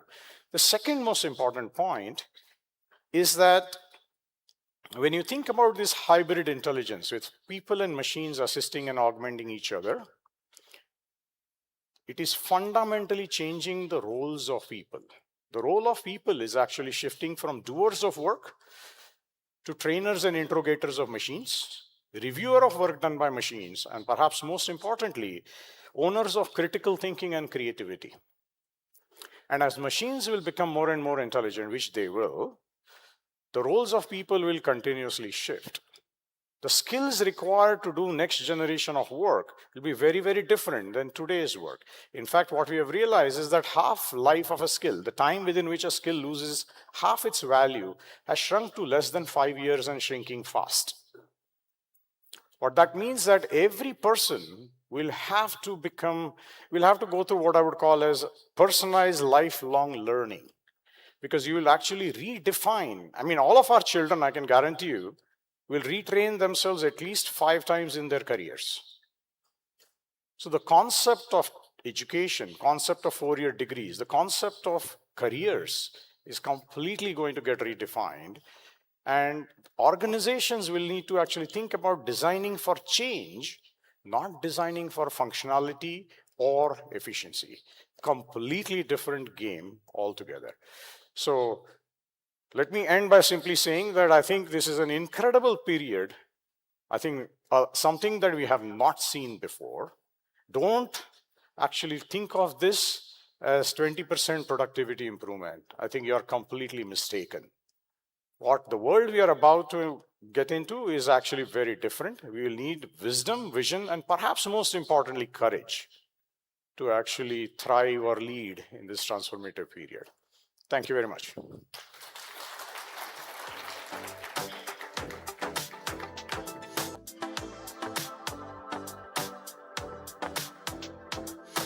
How incredibly fascinating and motivating that was. Thank you so much, Dr. Vin.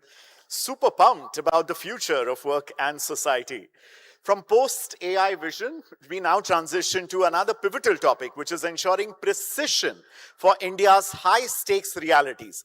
Up next is a panel discussion on precision AI, the high stakes of accuracy, with Dilip Jose, apologies for the pronunciation, MD and CEO of Manipal Hospitals, Abhijit Vijay Vergia, co-founder and CEO of Nectar.ai, Laina Emmanuel, co-founder and CEO of Brainsight AI, to be moderated by ET's Pratik Bhakta.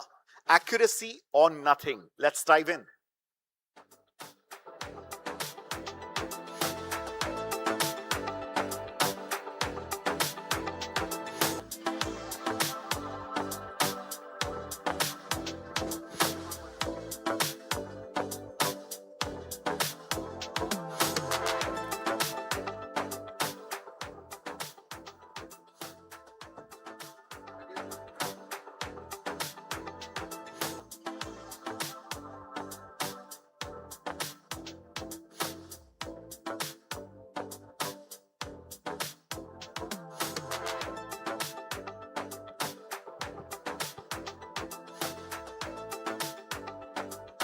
Hello.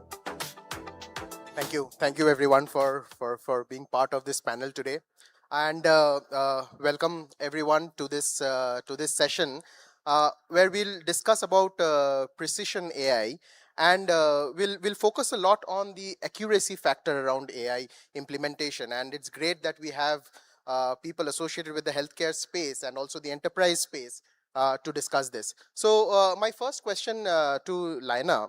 We've discussed a lot about AI being deployed here, there, in enterprise, etc., and how it's taking away jobs. That has been a big thing of conversation. What is the impact on human lives that AI can play, and what is it that you're seeing from your vantage point?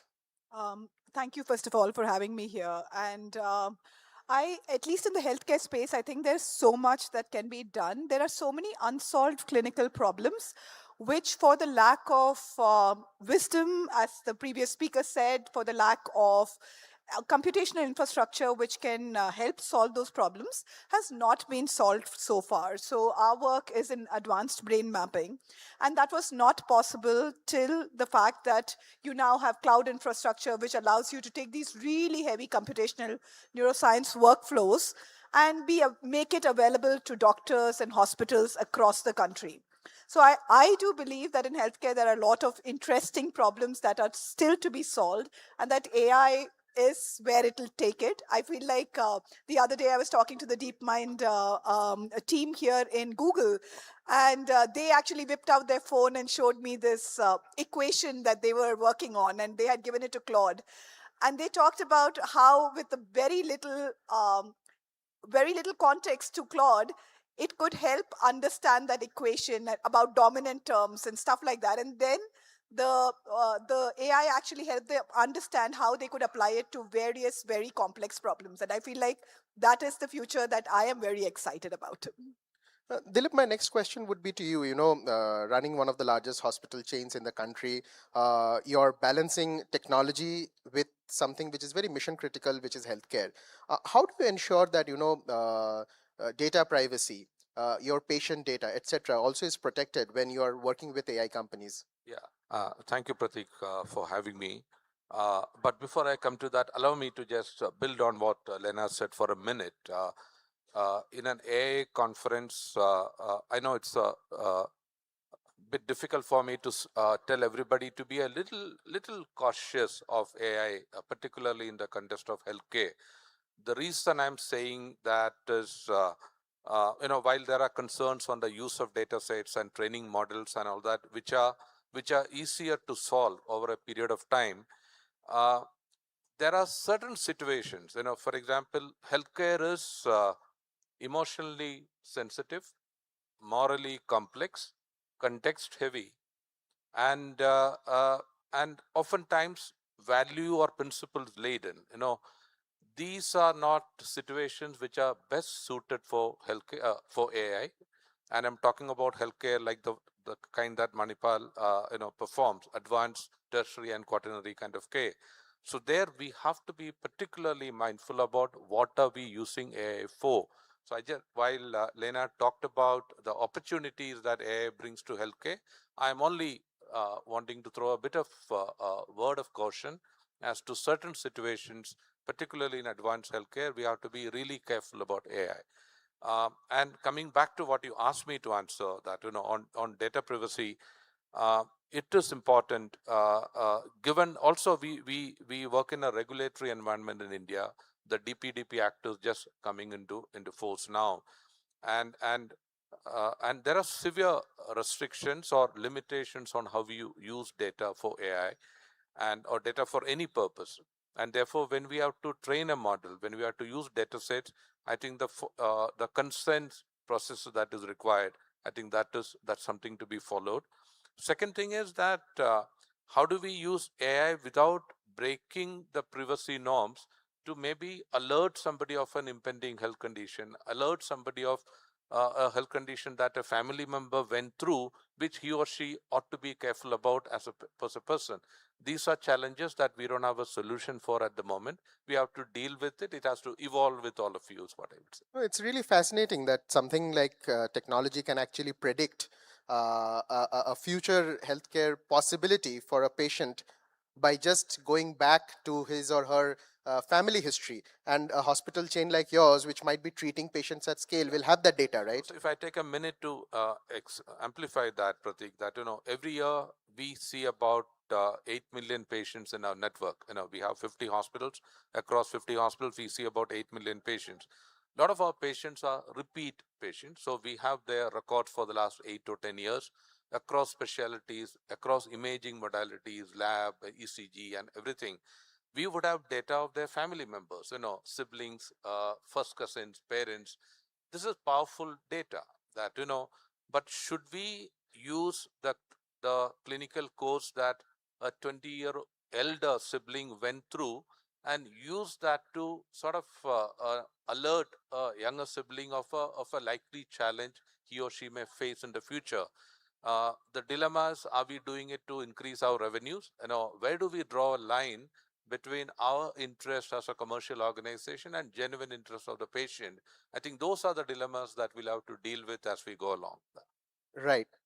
Abhijit, on the accuracy bit, I think it's extremely critical, especially for very large enterprises when they're working with tons of data, right? And you've mentioned about structured data not being always present. So there's a lot of unstructured data. There is a lot of data that could have been captured properly, but that was missed. So historical context comes into play. So how do you build for accuracy when you're serving large clients? I think that's a fundamental question, Prateek. I think one of the things that we have seen in enterprise AI projects, it's not about which model you use. It's about how do you solve for the backend, which is data and the plumbing side of it. You might have come across the MIT study last year where they mentioned 95% of the enterprise AI projects failed. And one of the key reasons was poor data quality feeding the systems. And if it's poor data is the input to these systems, you'll have garbage in, garbage out problem. So in order to solve for it, and I think what happens there, right? I mean, if you have a system where you don't deliver precision, and especially in enterprise as well, you have no trust in the system. And if you have no trust in the system, then the adoption takes a hit. And if there's no adoption, you'll not get the ROI, right? So they're all interlinked. So in order to solve for precision in an enterprise setting, what works best is to unlock the historical context. So unlike healthcare, where there are regulatory restrictions and limitations on how you unlock that data, enterprises have a lot of valuable business-to-business communication data, which is very rich. They have communications that your sales team, your go-to-market teams are doing with your customers, and there's years and years of that historical data, which has not entered your CRM system, which has not entered your ERP, which has not entered your systems of record or your data lakes. Now AI can actually unlock that data, which is what something like Nectar does. We unlock that data from all your past business communications, even from the people who left the organization, extract those insights, deliver clean data right into CRM, convert those data points into signals which are missing. And now when you have this AI-ready data in your CRM or your data warehouse, then if you deploy AI agents on top of it, they are far better. And then you can scale that more accurately and you can deliver the ROI. And that's the success we are seeing. So we work with customers like NVIDIA, ServiceNow, Capital One, even AI-forward companies like Cursor, where some of these things are possible. But I'm sure like this same parallel is true for other verticals outside of technology. It's just going to take some time as they open up to AI. Yeah, that's a very important point. And Laina, I will come to you on that, especially right around garbage in, garbage out. Like you've built certain models around brain mapping. So I'm sure you had to take in a lot of data to train your models. You built the company at a phase when AI was not a buzzword as much as it is right now. How did you go through that journey? And what kind of challenges did you face in data collection? Yeah. First of all, I think one thing I'd like to say is that a lot of other enterprises can actually learn from healthcare, because in healthcare, when we had to get our data, we had to take informed consent from every patient, where we had to make sure that the patient understood what we are taking the data for. And once we take that data along with every other data that was required for the study, that is when we could actually build the AI model that we have built today. So that concept of informed consent, I think, is a very important thing that other industries can also take from the healthcare space, I think. Yeah.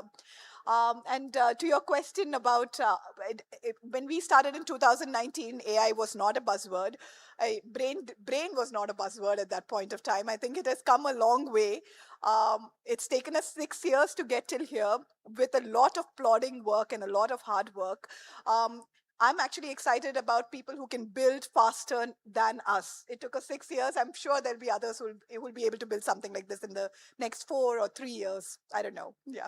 But that must be keeping you also on the tenterhooks, right? So you'll have to I'm excited in the sense that I think there are so many unsolved problems in healthcare that the more people come into it and solve for it, the better it is for all of us, actually.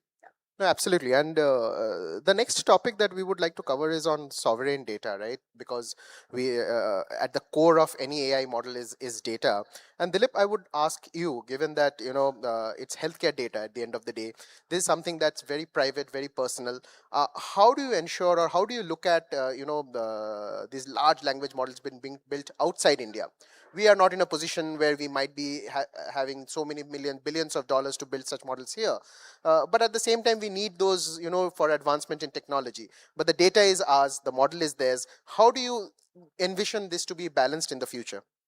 So Prateek, one is so getting the legal compliance done out of the way so that we are not falling foul with that. But the more important thing is to collaborate. An organization like healthcare, Manipal, which is into healthcare delivery, would not have the ability to develop a model of our own. What we have is data sets, which is validated. That's extremely useful. So therefore, in fact, we just discovered when I met Lena here, she partners with us on this brain mapping study. So therefore, we would need a set of individuals or a collection of firms who would work on, maybe some high priority areas. And it has to be high priority areas, not for a hospital, it has to be area for the society. Are we then able to use it to address some of the concerns in healthcare about lack of equity, lack of uniform access around the country? Can we pick up some of those and work with collaborators, use our data sets to maybe move on to prediction, maybe into prevention, primary prevention, for example, personalized medication, personalized medicine, personalized care pathways, which could then help a lot of people reduce the cost of treatment and make also treatments or healthcare available far more easily than it is today. So we have to contextualize it for India. I don't think we can copy from something which is happening elsewhere. Contextualize for India and realize that even in India, the data sets would not be uniform. We are a very diverse gene pool, so a very diverse racial profile that we have in the country. So then adopt for the country, adopt for the regions, and work with partners like Abhijit and Lena to take it forward. Abhijit, on data sovereignty, you've also had a viewpoint in the sense that you're building models on top of existing models, on top of large language models, and you're also based in Singapore. So how do you look at India when mostly your clients are in the US, you were mentioning? So how do you look at India and our maturity in terms of the AI ecosystem? I think India, we have a great opportunity to own the data infrastructure and the context layer. I think there's no point building like the next frontline model because that's commoditized. I mean, you don't know where the next DeepSeek will come, and it's just only to go down in cost. I think, but what's valuable here, especially my view is more from an enterprise standpoint. I think they have very rich data set, but it's all unstructured. It's all scattered. It's not connected, right?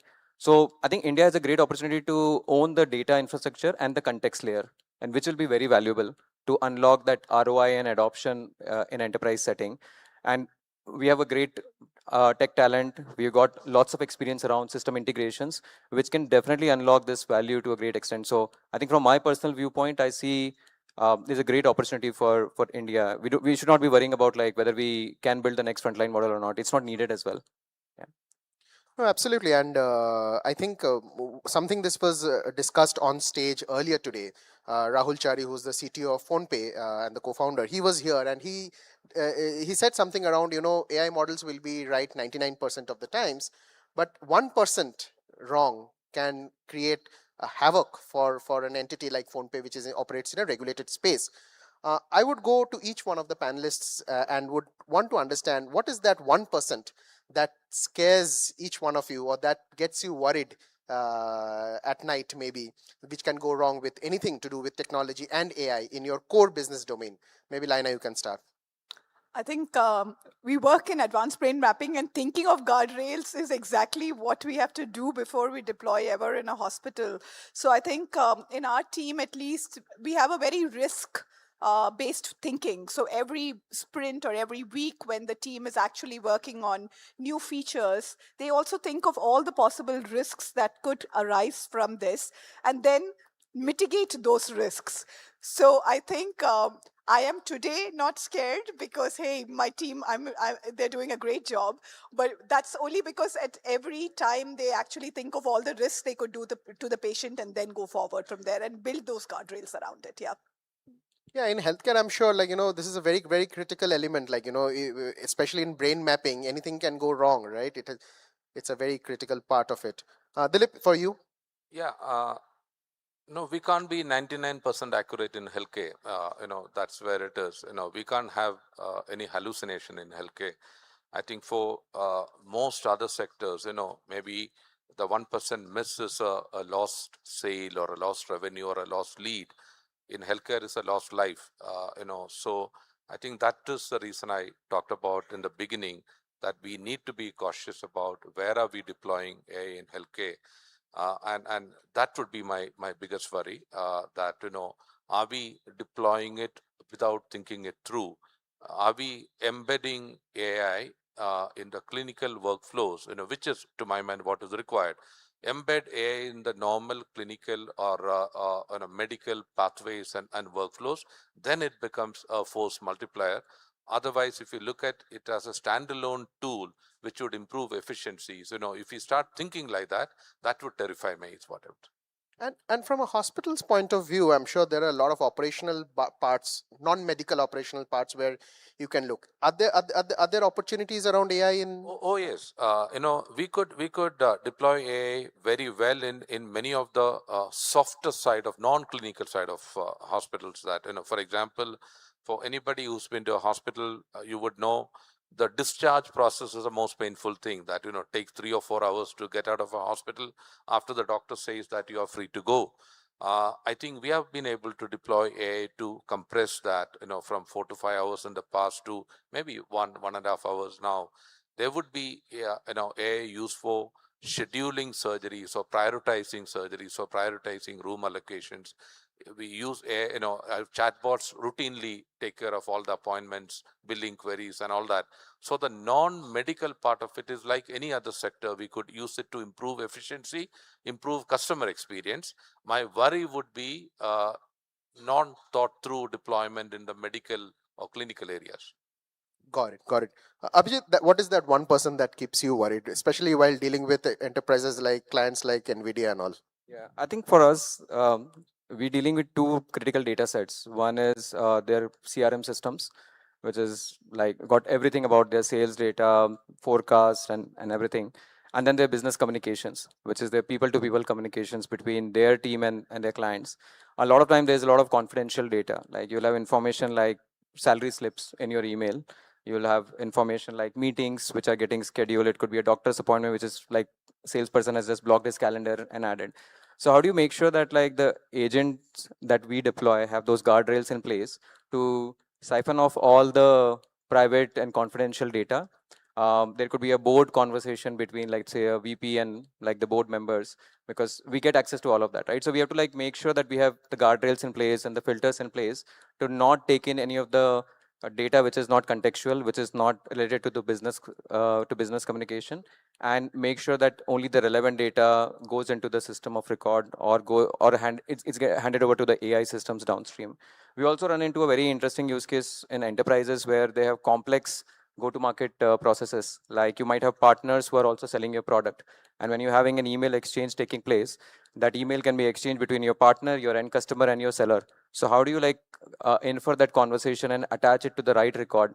So again, precision becomes very important. So I think for us, what we have invested in is make sure that like you do enough training of the model, and make sure you only access the data in that enterprise setting and deploy it within the guardrails of their system. And we don't use that data of one enterprise to train our system and deploy to another enterprise. But yeah, it does keep us worried to make sure that the enterprise precision is important. It's not as critical as healthcare. Most of the times, if we go wrong, it will be like a forecast getting missed or a salary slip getting exposed. But I think healthcare, you can't go wrong. It has to be 99%. Like he said, there is no 99% in healthcare, at least for this thing. But thank you very much, guys, for taking time out today to attend this panel and to share your thoughts. Just one, if there is one big takeaway from this conversation is, of course, deployment of technology is important, but we perhaps need to slow down and ensure that it's being deployed in the right manner with the right guardrails. Maybe that's the big takeaway today. Thank you, audience. Thank you very much for taking time out. Had a pleasure. Thank you.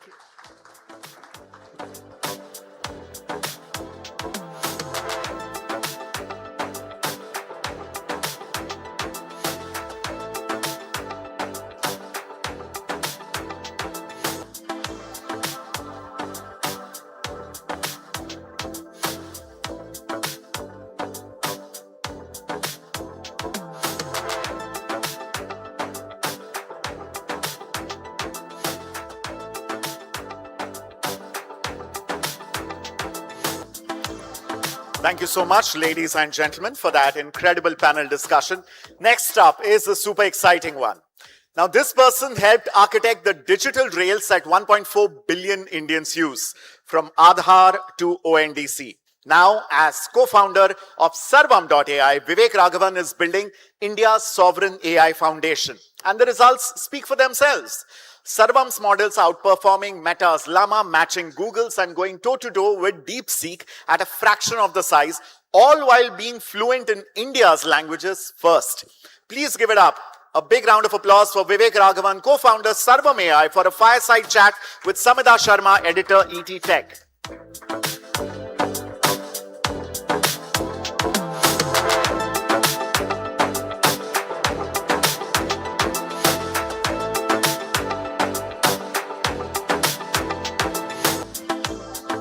Guys, a big round of applause for Sarvam.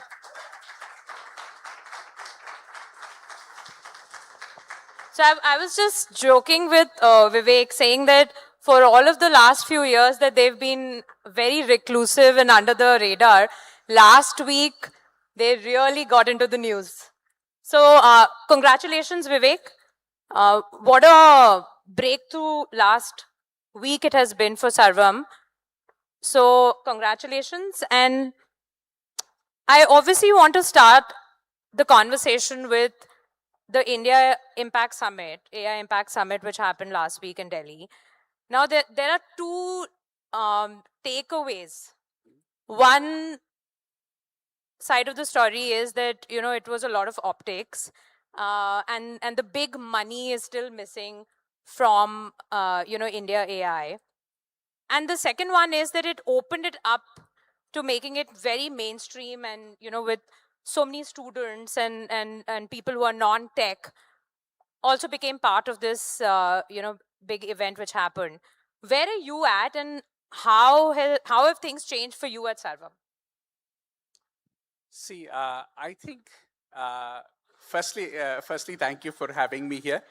But I think that the important thing, what really last week meant, at least from a Sarvam perspective, is I think we wanted to show that, you know, some of these foundational things are not just things that happen in the west coast of the United States or happen in China.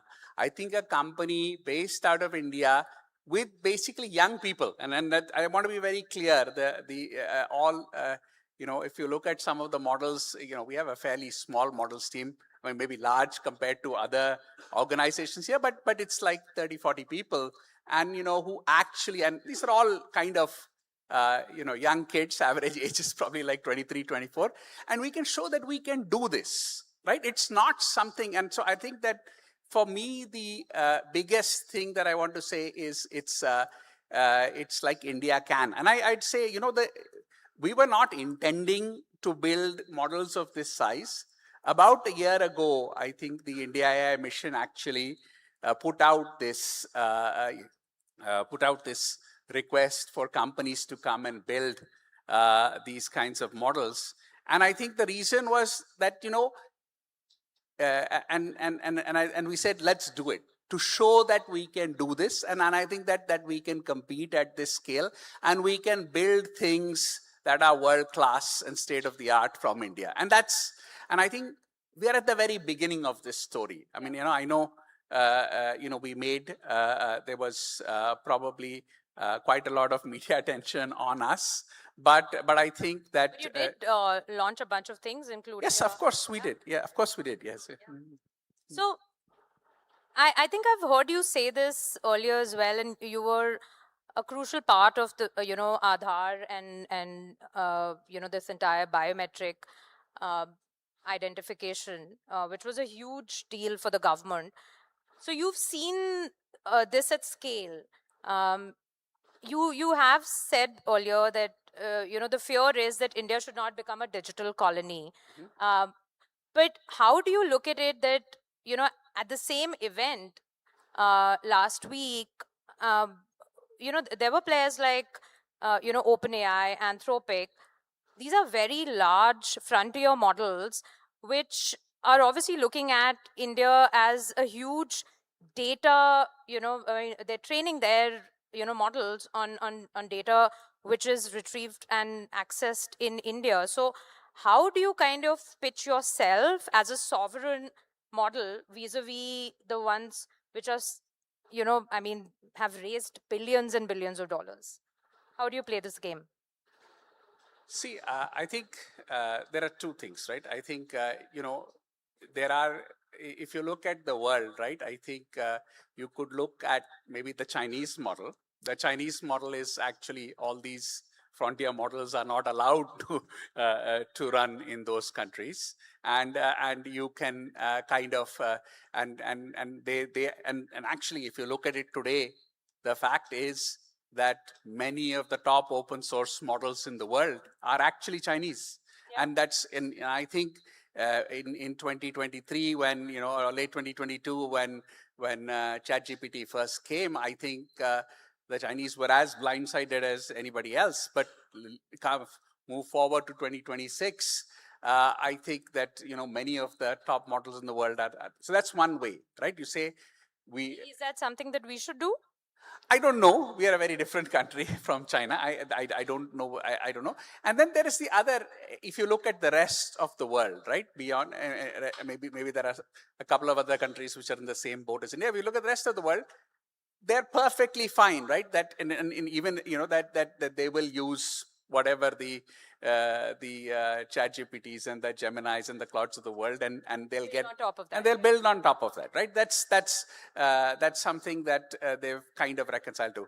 I think India is in this kind of is we have to decide on which side are we, right? And I would say in many ways this is actually the closest analogy I have is actually nuclear power, right? There are the nuclear powers and there are the non-nuclear powers. And it is very clear that United States and China will be frontier AI powers. There are a few countries which are in the middle, and India is one of them.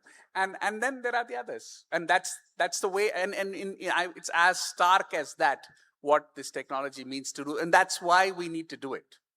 What would it take to kind of, even if you don't become a frontier model, but, have your space at least, in India in terms of usage, etc., because that is super critical for you also to improve your models, right? Where do you find that space? See, I think in the end, I do believe while these frontier models are wonderful, by the way, make no mistake, they're wonderful and they're getting better, every month or every, and they're getting better. But the fact is we've reached to a place that for 95% of the things that people need to do, many of smaller models are sufficient. And if we actually put them in harnesses to actually do useful things, you can actually achieve pretty much most of the things that you need to do. So the question really is, and I think this is a thing that I had said in the past, right? If you're trying to do something that you do, a few times a month, or maybe even a few times a day, or it's something that you're trying to do a POC, I think the goal should be to use the best frontier model and make it run. But if you have something that actually you do millions or billions of times a day, having a well-orchestrated harness of small models, which is actually the cheaper, the more energy efficient, and also, the faster way to do things. And I think that's the things that we have to see, that where we're actually using it to solve real business problems that make sense to India, we show that you're better and you're more effective at solving those problems, leveraging some of these things. But having said that, I think that, in this, I would say this experiment of building this LLM that we have built, we know now that I think we know all the main knobs to actually build even a frontier model. And I think the question is, it's just a question of capital. So where do you, I'm just taking from your point about capital. How has anything changed after last week? Is so much, you were right at the center. Are you getting more investors lining up for you? No, it's important. No, yeah. So I think there is two things, right? One is that as a company, I mean, we can do many things by deploying the models that we have built. And that, while that requires capital, it does not require billions of dollars of capital, right? And we will definitely be able to do that. I think that's something that we will continue to do. But hey, do you say, should you build a frontier model, right? That's a different call that someone has to take, that, hey, that, that does this make sense? And if that kind of thing comes into play, I think I'd like to say it's not because we can't do it. Right. And I think that's really the point that I want to say. Yeah. So, Vivek, just talk a bit about, the advantage of you being, a sovereign model, which is, looking at India in a very different way compared to some of the US models. I won't get into China because it's a completely different beast. What are the advantages and how do you kind of productize from here onwards? There are a bunch of things that you do with the government, but are you being able to go out and have a big business pipeline with enterprises as well? And if that is the case, how are you selling yourself differently from some of the large models which are already here in India? So I'd like to answer this question really in two parts. First is, we talked really a model with random weights, and you started training it, and you actually built a model that an LLM. Now, one question that someone could ask is, hey, why do you need to do that, right? So the first answer, so in my one definition of a sovereign model is a model where the data that was used to train that model is auditable by the sovereign. And see, there are many open models in the world today, and they have some sets of weights, and you can use them to do something. But you actually don't know what data was used to train that model from scratch. You don't know. And actually, Anthropic has shown in its research that if you actually had something that was, if you could actually have a small amount of data, which can actually poison a model, and you would never know. So that's one kind of level that, hey, why do you need to train a model from scratch? Now you can say that maybe that's very important only in some very mission critical kind of scenarios, maybe defense and maybe like those kinds of things where you really can't take a risk on these kinds of things. But that's one level of sovereignty. The next level of sovereignty is actually the ability to actually take existing open models and actually inference them at scale. And actually, India has not been very good at that either. Today, I mean, there are many good open models that are there, but it's hosting a large open model, right? Just DeepSeek, for an example, right, is not a trivial thing. There is nobody in India who's actually providing a hosted service for something like that at scale. And this is something that's with, it could be any model, but you can decide which models you want to host in that way. But the ability to use that and to generate tokens of intelligence at low cost and at large scale is something which is a very core sovereign capability. Otherwise, what's happening is, you have, and frankly, some people are very proud that we are the largest free user of ChatGPT. But really, what are you doing? You're taking your data, you're sending it out, and you're importing intelligence. And I think we've seen, as a country like India, we have that cultural history, right? We exported cotton and imported cloth, and that's exactly what's happening. Yeah. But just a quick last few questions, Vivek. We're running out of time. But since you brought in that point about India being, the largest user of ChatGPT, now where do you kind of see the government playing a role in really, building sort of the AI that we are seeing right now? Or do you think it will really actually change once the big capital comes in, and not so much government intervention? So I think government has a role to play, but I think it has to be beyond government, right? I think there's no. So why is that needle not moving? See, I think so. I think in the end, you have to prove value to people. I think it's a very simple thing. I think that yes, you are working under constraints that maybe other people are not working. But if you pick your battles right and focus on problems that are relevant to India and do them better than anybody else, I think that will happen. And you have to, unless you are actually making I think, frankly, I think that while I think there is a role for government in all of these things, we think that it is our enterprises, and consumer is a little harder because how do you compete with free? I don't know. But it is a real. It's a real thing. What is your monetization plan? In the next. I mean, we are, as I said, we are working with enterprises. We are primarily, B2B to C kind of, or B2B kind of, and we are working with many enterprises. We're also working with governments and in the strategic sector and things like that. So those are the kinds of things. Is there too much of an, government, like you're sort of dependent more on government for a lot of the work that you do? Has that worked against you? No, actually, so I mean, while government has definitely been given us this grant and we're grateful for that, but I think the point is actually the vast majority of revenues are not government. Okay.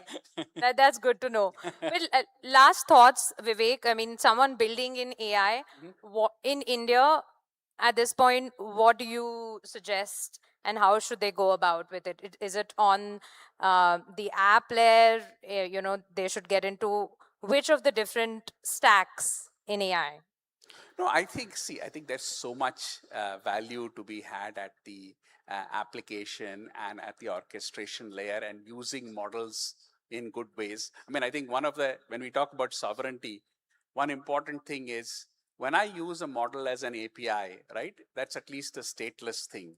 And if the app is controlled by Indian companies and Indian entities, I think we can build things which are very useful for people in India, at the same time are actually help to keep some of this, the core intelligence within the country. So I think there's a whole bunch of things at the application layer that should be happening, and some of them not easy, right? I mean, I think that we know that a revolution is going on in coding. What's really happening is it's not funny, right? What's happening here? So and I think there are so many opportunities in the application layer. I think and many people will do those kinds of things. But having said that, we need to do the hard things. We need to be able to train the models. We need to be able to run the models at scale. Otherwise, we will be a digital colony. It's not everybody who needs to do it, but there needs to be enough people who need to do it so that we can do this. Thanks a lot for doing that for India. Thanks so much, Vivek, for taking out time. Thank you. Thank you. Yeah.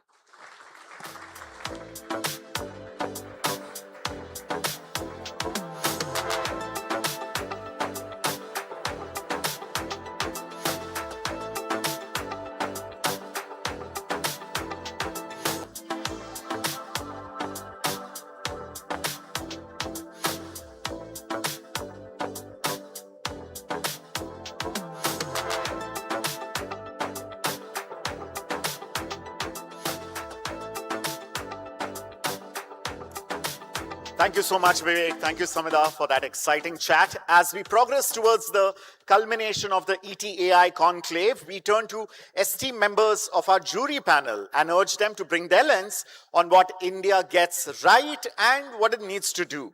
Unveiling the prestigious panel titled The Jury Perspective, What India's AI Ecosystem Gets Right and Needs, featuring Sharad Sanghi, CEO NESA Networks and Chairman NTT GDC India, Naveen Tiwari, co-founder and CEO InMobi and Glance, and Shrikant Velamakanni, whole-time director, Group CEO and Executive Vice Chairman Fractal. For this, may I please invite on stage our esteemed panelists and Deepak Ajmani, editor ET Online, to moderate this session. This session will be for 30 minutes. Can we get a 30-minute timer, please, on the screen? Thank you.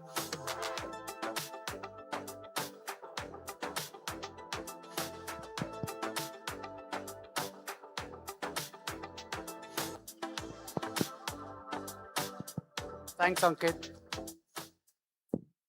There are sessions that are between lunch and dinner. There are sessions that are between drinks and dinner. This is a session between Conclave and the awards. But what got you to the awards is this jury. So they rightfully deserve to be applauded to begin with, because they're the one who got us here. And on our panel, we have three very different and distinguished gentlemen. I'll start with the toughest question. To my left is the man who's been there, done that. The one after him is going to try and do it. The one after him has a clear timeline and a clock to do it. We've seen Saspocalypse, but this man has done AIPO, if I can call it, an AI company going for an IPO. So I'm going to start with a very tough business question. Shrikant, how did you pull it off?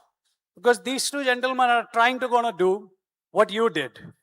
So, A, why did you decide to do what you do, which is take company public and not continue on the funding route? And how was the experience? As you know, some of the TV journalists say, kaisa lag raha hai? Excellent. So Fractal was set up many, many years ago in year 2000. And very interestingly enough, we set it up as a public limited company because we thought IPO to karna hi hai. So instead of private limited, let's be public limited right away. And of course, it was a pretty foolish decision to be a public limited company that early in our journey. But overall, I think good that we have gone public. We had this intention of being a public company because very early on, I've had this, let's say, fascination or mission to build an institution that will be there for 100 years. That's my success mantra, is that if 100 years later Fractal is still surviving as an institution, we have succeeded. Otherwise, what's the point?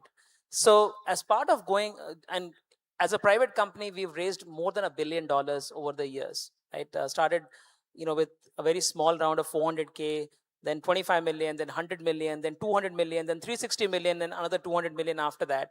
So almost $1 billion we had raised. So we could have continued raising money, but private investors have a horizon. So it could be 4 years, it could be 6 years, it could be 8 years, but they have a horizon, and therefore we have to find an exit for them and get a new investor to come in and take their place. And we can go on doing this, but it felt that as a public company, we have access to permanent capital. We can build this for a much longer term. Yes, there is quarter tak or QS, QT, as they say. There is some of those pressures of being a public company, but the reality is that you have the maximum permission to innovate and build an exceedingly ambitious company when you're public, as opposed to private, where the investors control the decisions you make and have a horizon, and therefore might behave slightly differently at that when the time comes to exit. Here, everyone can exit any day, and therefore in some ways you have permanent capital. So that was the logic. And so far, it's been just 10 days of listing. We haven't done the first earnings release also. So the jury is out on how good this experience will be, but so far so good. Do you watch the stock ticker every day? On day one, when we listed, for the first 2 hours, I had not seen the stock at all. And I told myself that I'll not see the stock at all. This was, I told myself, I told others told me, but it happens that I'm seeing it every day as of right now. But maybe once the dust settles down, I'll stop doing that. So before quarter se quarter tak, you're saying 1 ghante se 1 ghante tak. Right. Why have you resisted till now? Though I know that you are headed towards there. You built, Naveen, this question's for you. You built a unicorn. You had enough funding. Things were going great. Why invite such public scrutiny and pressure? The need for an IPO, at what stage does one decide that this is the right time for it? Firstly, Deepak, congratulations on putting such a great event together. Thanks to you guys, because you help us get the winners. It's brilliant to see this. Please give him a big round of applause for the team ET. ET Digital, everyone ET. So look, any company, thinking about an IPO, not just us or anybody, thinks about it to say, hey, what is it that you're really, why should you, invite the scrutiny that Shrikant just referred to. There has to be a very logical reason, or a profound reason, actually not just logical, a profound reason to be able to do so. We think of it as, whenever we decide to go IPO, it should be because it'll allow us access to capital that allows for a very different dimension of growth. And I think companies should go IPO only when they have figured out their business model completely, because what you truly are getting in India today is a very cheap capital. Okay, so think about, you get like a 40x multiple. Effectively, it's 2.5% interest, interest rate capital that you're getting, because somebody is giving you a 40x multiple. So therefore, you got to utilize that capital to essentially grow much more rapidly. And therefore, you should have a plan to essentially utilizing that capital more aggressively. What does a high multiple in a country like ours mean? It effectively indicates that, look, on one hand, our country is kind of baking in a lot of, at the most fundamental, it's baking in growth on its own, that, hey, we will just grow, so, we'll give you some benefit of it. But on the other, what it is truly telling you, even though our reason for the multiples to be so high is because we have influx of capital, which is like amazing for a country like ours. But in true spirit, it basically is saying, I'm giving you very low, cost of capital. Please grow disproportionately. And I think what is happening is that growth is not coming out for all companies.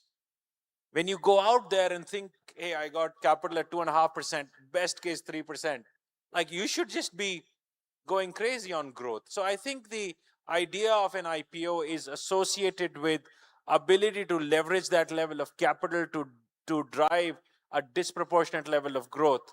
Now, what is happening is, when the markets essentially see and say, hey, the stock price came down and it's not like staying up, it effectively is saying, you did not utilize my capital to show me the growth that I actually expected you to show me. And so therefore, I am going to penalize you a little bit for it. And I think cannot be a better time for an entrepreneur who built companies, 10, 15, 20 years ago, like, Shrikant did, to come into the market, get access to large scale, low cost of capital, and then grow to a very different magnitude of a company. Every country of sizable scale goes through this curve. America has done that in the 50s, or 60s, 70s, 80s. Yeah, even today, frankly, if you ask me. But what it does, it basically creates this flywheel of capital, which requires companies to grow really big. So therefore, the underlying point I would make is, if you're thinking about an IPO, you've got to really relook at your ambition levels. It is not an end point, it's a milestone to say the ambition needs to change if you are actually going to be public in a market like India. If you did go to a market like the US, where typically it's you're basically being paid 8 to 10x forward, that means you have a 10 to 12% dollar interest rate. Fine, just grow decently is the expectation. That's not the case here. It's a very, very subsidized cost of capital. You got to think very differently about. So with that cheaper cost of capital comes the responsibility of growth, if I can understand. Well, actually, it's ambition of growth first to begin with, and then you got to really utilize that and then grow at that rate. Basically, what they're saying is, I expect, like, there is a meaning to a 40x. Right. There is a meaning. There's an expectation very clearly set for you. And you got to basically say, okay, I am taking that. It's not fun to just take it. It basically is a responsibility to say, okay, now I got to go into it. So you got to grow into it. It's like, oh, hey, I think you deserve a great house. I am giving you a lot of things. You got to then pay that back. Right? So it's it works both ways. Right. Sharad, you've built a company, you've sold a company. Now you're back at building a company. What gives? So first of all, Deepak, thanks for inviting me not only to the jury, but also to this panel. So yeah, the first time around we built NetMagic, we sold it to Entity. The reason, my concern, wanted to give our investors and employees an exit. Wasn't sure at that time whether the market, data centers were still new from a market perspective when entity came in 2012. And so Can we increase the volume? Sorry, I can myself you hear me? can't hear, so I assume. Can you guys hear? Yeah. Okay. So aim was to give them an exit. So we sold majority stake. We didn't sell the full stake, and got and then we didn't have to raise capital because data center is a very capital intensive business, and so we didn't want to keep on going to the market or to anybody else to raise capital. Entity had a war chest of money that we could use to scale, and we grew. Using that, we became India's largest data center company. The concern I used to have at that time was what Srikanth is going to face now, which is the quarterly earnings. And I used to think that, and I may be wrong, but I used to think that it may make me take the wrong decision just to meet analysts' expectations. I know Srikanth won't do that, but I'm just saying that that's the reason when we were debating of IPO versus, sale, we chose the latter, right? But this time around, we've taken, we've got a partner like Blackstone. And the aim is to go public in a few years. Once we have, as Naveen said, once we have that growth engine going and we know we can start growing at the pace that the market expects us to, then we will hopefully go public. Srikanth, right now there's a lot of chatter of AI bubble. Some say it's a bubble waiting to burst. Some say there's a correction on the horizon, just wait for it. But there are others who are betting their last dollar. Stock market has gone through multiple hoops. Initially, there was massive investment chasing the AI investments around the world and more so in US.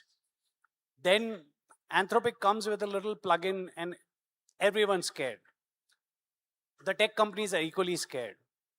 I remembered some of the conversations when you were doing IPO interviews, you were asked the same thing. Standard question, especially the Hindi channels, aapka business bachega? Those are the questions that this man was facing for IPO. And here, I remember seeing that interview and Srikanth was wondering, but main hi to sabko girane wala hu. I'm going to kill all. Why are you asking me the same question? But the existential question is, your view and understanding, since you've been, at it for so many years now, is it a bubble? Is it a myth? Will there be a slight correction? Or all of this is hogwash, this is for the long haul, go for it? It is the last of the alternatives it gave me, because AI is such a foundational technology that it will change everything that we know today. It's already, you can see some of that resulting in the panic that you see in the markets, but it is such a foundational general purpose technology. You're solving for intelligence, like industrial revolution solved for labor, right? It is like, you need not have physical strength in order to build things. You could use machines to build things. Then came the computing revolution, which was all about reducing the distance, ICT, right? Communication, make distance go away, right? You can travel to any place, you can communicate with anyone. That was all about the information revolution, ICT revolution. The AI revolution solves for intelligence. Essentially, we are saying that if you think that you're relevant because of your IQ, think again, because IQ is no longer relevant. The machines have a greater IQ than you. It's so fundamental, it will change everything. And I think as of right now, it is not a bubble, it's quite the opposite. It is underhyped, not overhyped, in my opinion. For example, just in the last 2 weeks, Google, Amazon, Microsoft, everyone has doubled their capex commitment. Last year, when Google committed 100 billion of capex, which is 22% of their revenue, it was like, okay, my God, this is too much capital invested. Now they've said, no, we will invest 200 billion in the next 1 year on AI. Everyone has doubled their AI investment commitment. So if it's a bubble, obviously some of the smartest people in the world are getting it wrong. They're not. They're actually getting it right, because it is going to change everything in that very fundamental way. And what Anthropic has shown is that it's just a warning shot that this can happen. And in that sense, every major company in the world, every major CEO is thinking, how do I use AI to leapfrog in terms of growth, in terms of profitability, in terms of introducing new products? How do I survive with AI? I saw an interview with JP Morgan Chase CEO, and Jamie Dimon talking about exactly the same thing, that it is absolutely foundational for any industry which is not physical in nature. Physical industries are still somewhat distant, but any industry that is cognitive and repetitive in nature, think healthcare, think insurance, think financial services, think many other industries, you are seeing AI coming and potentially helping them completely reimagine the industry. So it is the most important trend we need to watch for. All other trends are essentially because of AI. AI is changing it, and therefore everything changes because of AI. It's like electricity changing all of manufacturing, all of household appliances, everything in the early 20th century. AI is changing all of that in the 21st century. Thanks, Shrikant. I would say AI is changing the way ET works and operates also, and that's one of the reasons why we thought to hold this event at the very start, at least take one step in this direction. Naveen, you've built InMobi, advertising platform, and then you have this new stint with Glance.ai.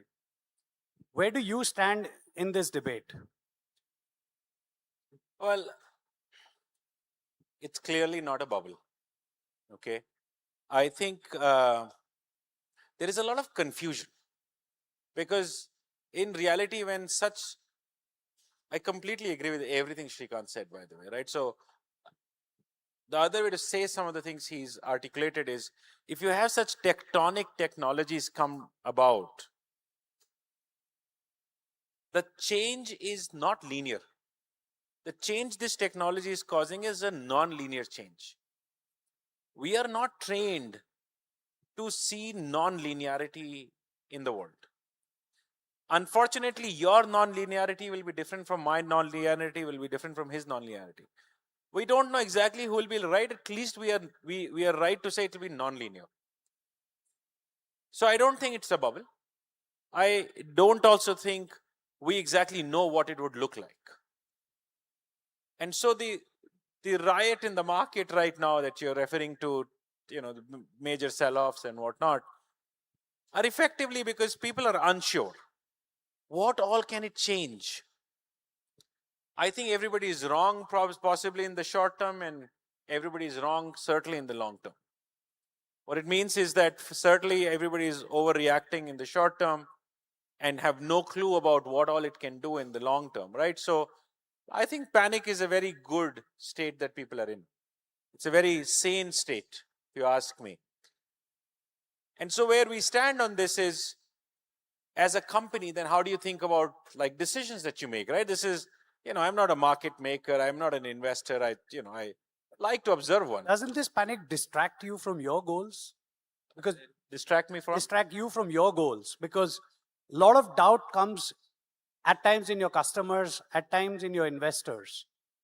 How do you deal with that? And this is a great question. I'll tell you why. So there will be two kinds of companies, one who will be able to win out of this and one who will not. So as a company, the way we think about this is, we may not know everything today, but we are very clear that we have bet big on this. Where you'll certainly be wrong if you don't bet on it. What I mean by that is, and I think people are confused by using AI for operational efficiency. Well, you know, that's fine. You should use it. You know, it'll give you great gains. If you don't use it, you're anyway dead. So, but I think people are very happy that, oh, I use it for this process automation, this process automation, that process automation. No, that's not that's like kiddie usage of, like kindergarten usage of AI, right? You have to fundamentally change your product. You have to fundamentally change what consumers or customers, depending on where you are experiencing from you, period. And I think that is a much harder play. Therefore, we actually think about this as the greatest boon that could come to us. Think about all the entrepreneurs in India. You know, I have this very important analogy. When we all started building companies in like late 2000s, around 2008, 9, 10 onwards, right? That's where the Indian startup boom really kicked off, truly took off in 2012 onwards. Internet was gone for us too. Like we were picking nibbles. Oh, this vertical in our country, let's go for it, right? Because the big things were taken away. Well, I couldn't have imagined a scenario 5 years ago that such a great technology would come in, which becomes a leveler.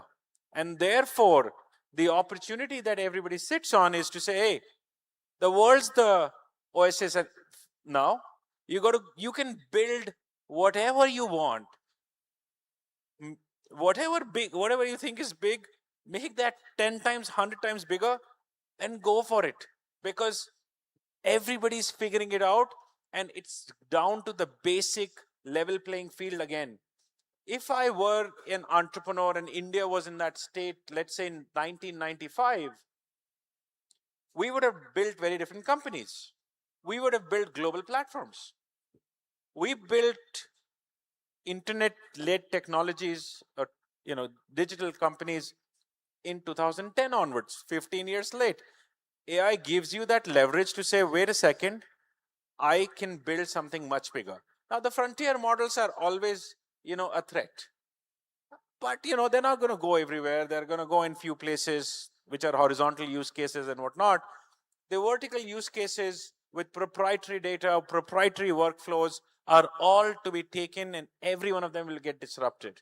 And in AI, the first 3 companies will take 90% of the market share. And then you're basically dealing with a long tail for the bottom 10%. But are these the first 3 LLMs, or are you talking of application? In any space. Think about LLMs. They're commoditized now, right? So the frontier models are commoditized. Very hard to figure out difference between one and the second and the third. You should basically create an orchestrator and figure out which one you want to use. Use anyone that you want. They're like cloud provider. They're all roaming around everywhere in the world, trying to make sure that you use their platform.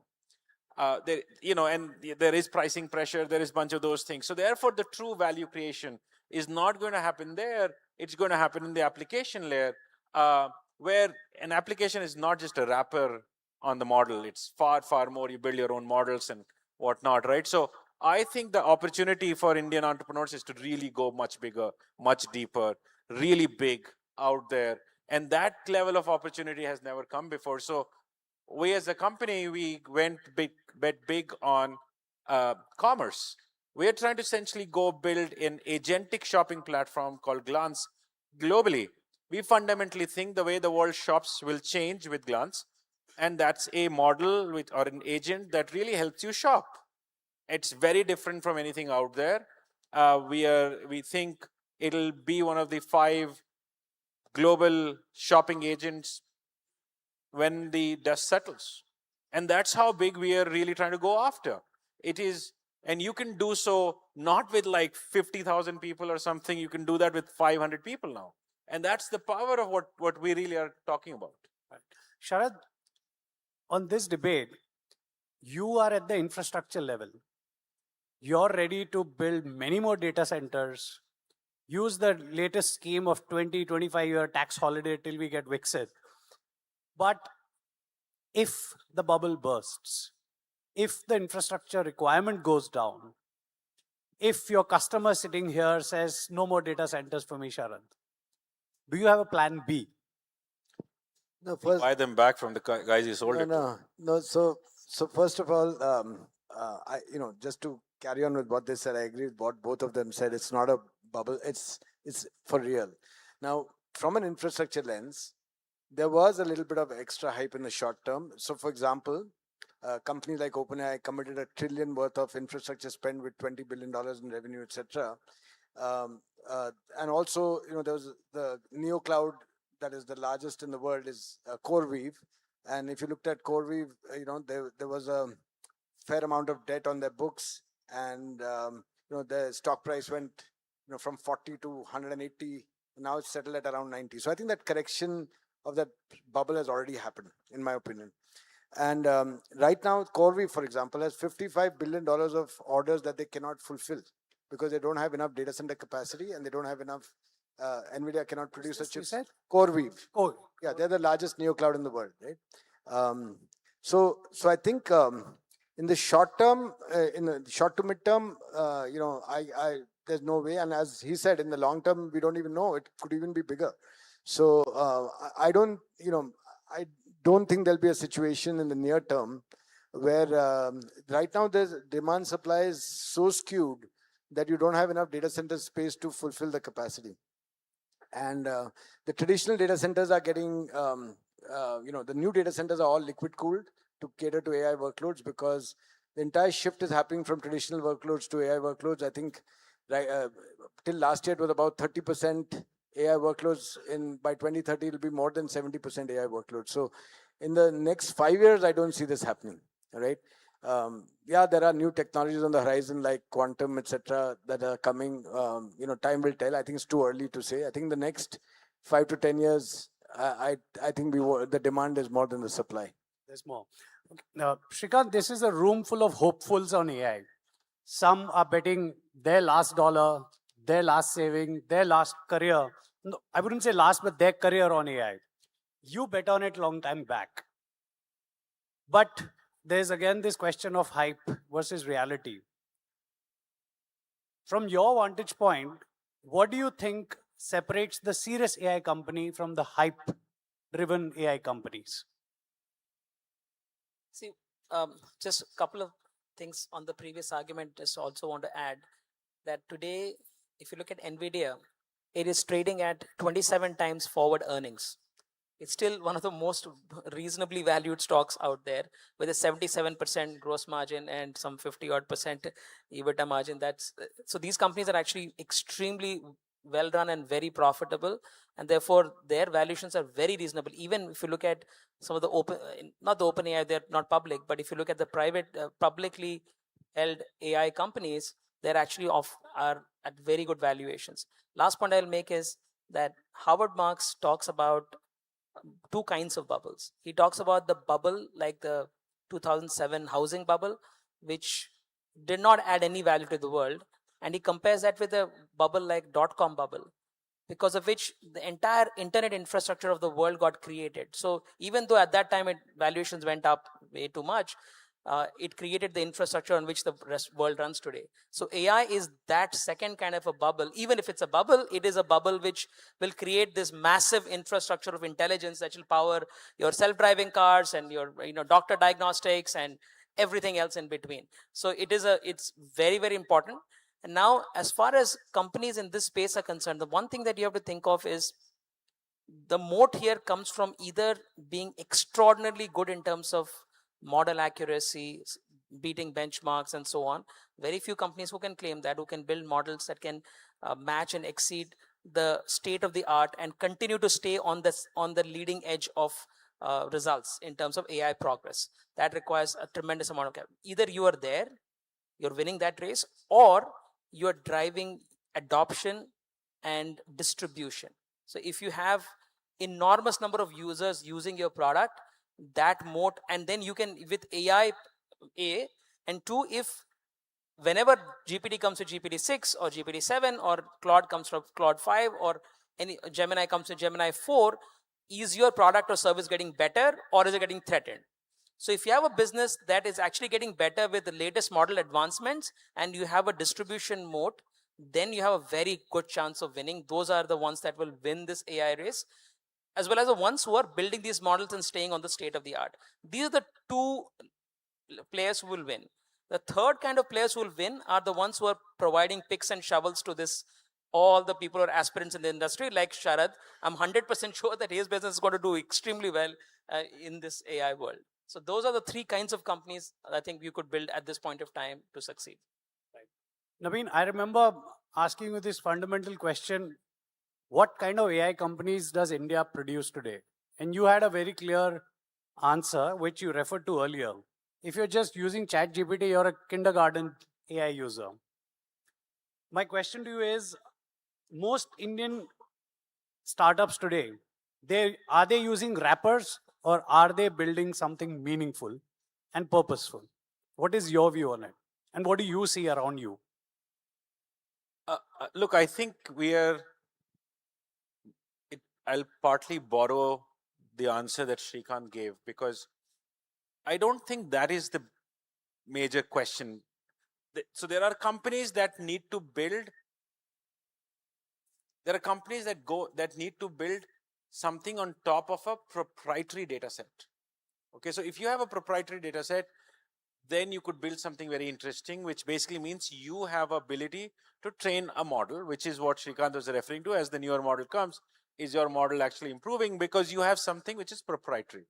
If you don't have something proprietary, the new model comes, there is no change in your model, which means that the new model actually is catching up to you. So therefore, that distinction is very important, that you have a proprietary data set. That could come from the workflows that you have, the customer engagements you carry, whatever. But the second most important one that he also touched upon is, which is where I think the companies have to make a very rapid shift, is distribution. It is so easy to build software, to build code, to write anything, that frankly your big moat is very rapidly moving to distribution. And therefore, are companies realizing that distribution is the only moat? The answer is yes. But are they realizing it fast enough that that is the only moat that they sit with? I don't know. So therefore, you can build a great model, you can build a proprietary model, I meant, but very quickly you have to jump into scaling this so rapidly that that is the only moat you will have. So the combination of these two things, by the way, is going to be very interesting. And the last point I will add, by the way, is that there is a very interesting shift in the world from software to hardware. This shift from software to hardware is real because consumer experiences will be controlled, of course be controlled at the software layer, but the software is becoming so commoditized that the hardware becomes very powerful. So I think as some of the companies think about hardware interestingly, there is an interesting new mode coming up, but for 20 plus years, it has been told that hardware is a bad place to be at, but I can bet you that the next wave of growth will actually come a lot from the hardware level companies, because they will control the proprietary data collection, because that is where it's happening. Hardware man is itching to go. No. I was just adding, the most valuable company in the world is a hardware company, right? NVIDIA. So I totally agree with what you said. Yeah. Okay, my time's up, but this one last question going back to the original title of this conversation. 1 or 2 line answer from you, Sharad. What does India get right on AI front, and what does it badly need? So let me start with what it does badly need. I think we need a lot of compute. We are nowhere close to. I mean, the total compute in India is about 50-60,000 chips, GPUs, whereas in the US it's several millions. We believe that this will grow 5x, 30x in the next 5 years to at least 2 million chips. Right. So that's one thing that it badly needs. I think the second thing that companies like Sarvam, who spoke before, and Shrikant, and even Naveen, I attended his fabulous presentation on Glance. Is the depth in research, right? Not just a wrapper, as Naveen said. We need that. These are the two things that India needs more. There are, of course, great examples of Shrikant, Naveen, and Vivek and Pratyush, but we need a lot more of that. Yeah. So these are the two things. And last but not the least is risk capital. Risk capital. So you look at, if you look at the numbers of OpenAI or Anthropic for the matter, look at the valuation, look at the kind of money they're raising without nowhere being close to that. In India, we don't have that kind of risk capital. The reason we chose Blackstone is because they believe in this space and they've invested in the largest data centers in the world. They've invested in OpenAI, Anthropic. They've also invested in CoreWeave. And so that's one of the reasons we partnered with them. Shrikant, you want to take a crack at it, but you'll have to be very quick. 1 line or 2. What's great and we should continue, but what we badly need? What we badly need is greater ambition. I will say that as India, we are thinking too small. 10,000 crore AI mission, that's like 1 weekend expense of OpenAI, right? That's the size of our ambition. That is not going to work. Even 100,000 crore RDI is still 10 billion or 11 billion. That's 1 month expense of some of these OpenAI type of companies. So these are small numbers relative to what is needed. Much, much, much bigger aspiration, number one. Second is build an India model. For example, Fractal has Vaidya, which is right now number 1 on health bench hard. So it's the best healthcare model in the world. But we have built that model. Now, if we can make 1.4 billion people on the planet use it every day, that data, the feedback from that data can help us leapfrog and reach AGI faster than other countries. So India's goal should be take an India model and make it available to every Indian, like Aadhaar with UPI, make it universally accessible and use that feedback to progress towards AGI. So that's what India should do, and then increase the size of them. These are my 2 thoughts. Both of them took too long. You'll have 2 lines. I'm sorry. Let me just copy them then. It's much easier. But copy the answers I meant. Look, I think he absolutely was bang on to say ambition levels are just not there. I don't think we have that level of ambition. You have to think global. You have to think very differently. You have to think very, very big. It's not happening today. AI requires you to play a very different game. And the risk capital point is very true. We actually don't have risk capital. We still don't understand. We don't really have investors who understand AI. We don't have investors who understand technology. It doesn't exist in our country. So therefore, how do you back an AI company is quite hard to be done from. You're saying not incremental, but think exponential. Only then. Both from an ambition and capital point of view. Right. You know, it's uncanny. This is fractal.ai. This is glance.ai. This is nesa.ai. It's like the Brahminical surname. If you don't have it with you, you're not arrived. Thank you, gentlemen. I know you've bet your careers on AI. I hope this room will also do so. Thank you so much. Thank you.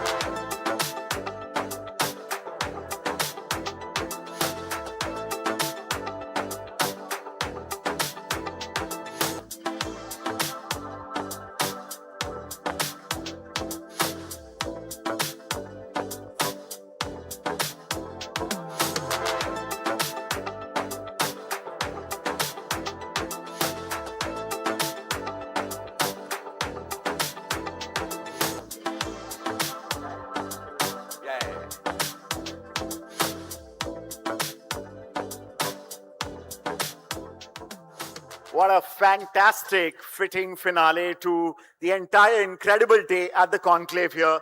Let's have a big round of applause to the incredible jury members and the panelists and to the entire ET team. I don't want any of you all to leave the room because we've got something absolutely incredible happening. Of course, we're all talking AI, but we're also human beings and we love laughing. So we've got a fantastic stand-up comedy gig that's coming up. An incredible comedian, Sahil Shah, he's going to be coming up soon, founding member of East India Comedy. He's currently touring with his brand new comedy special titled Broken. Not like the ambitions in this room. Very funny, very relatable. Over to Sahil, after which we will proceed to the most incredible ET AI Awards 2025, first ever edition. Sahil, I hope you're here and you're not hallucinating. Oh, there you are. Over to you, Sahil.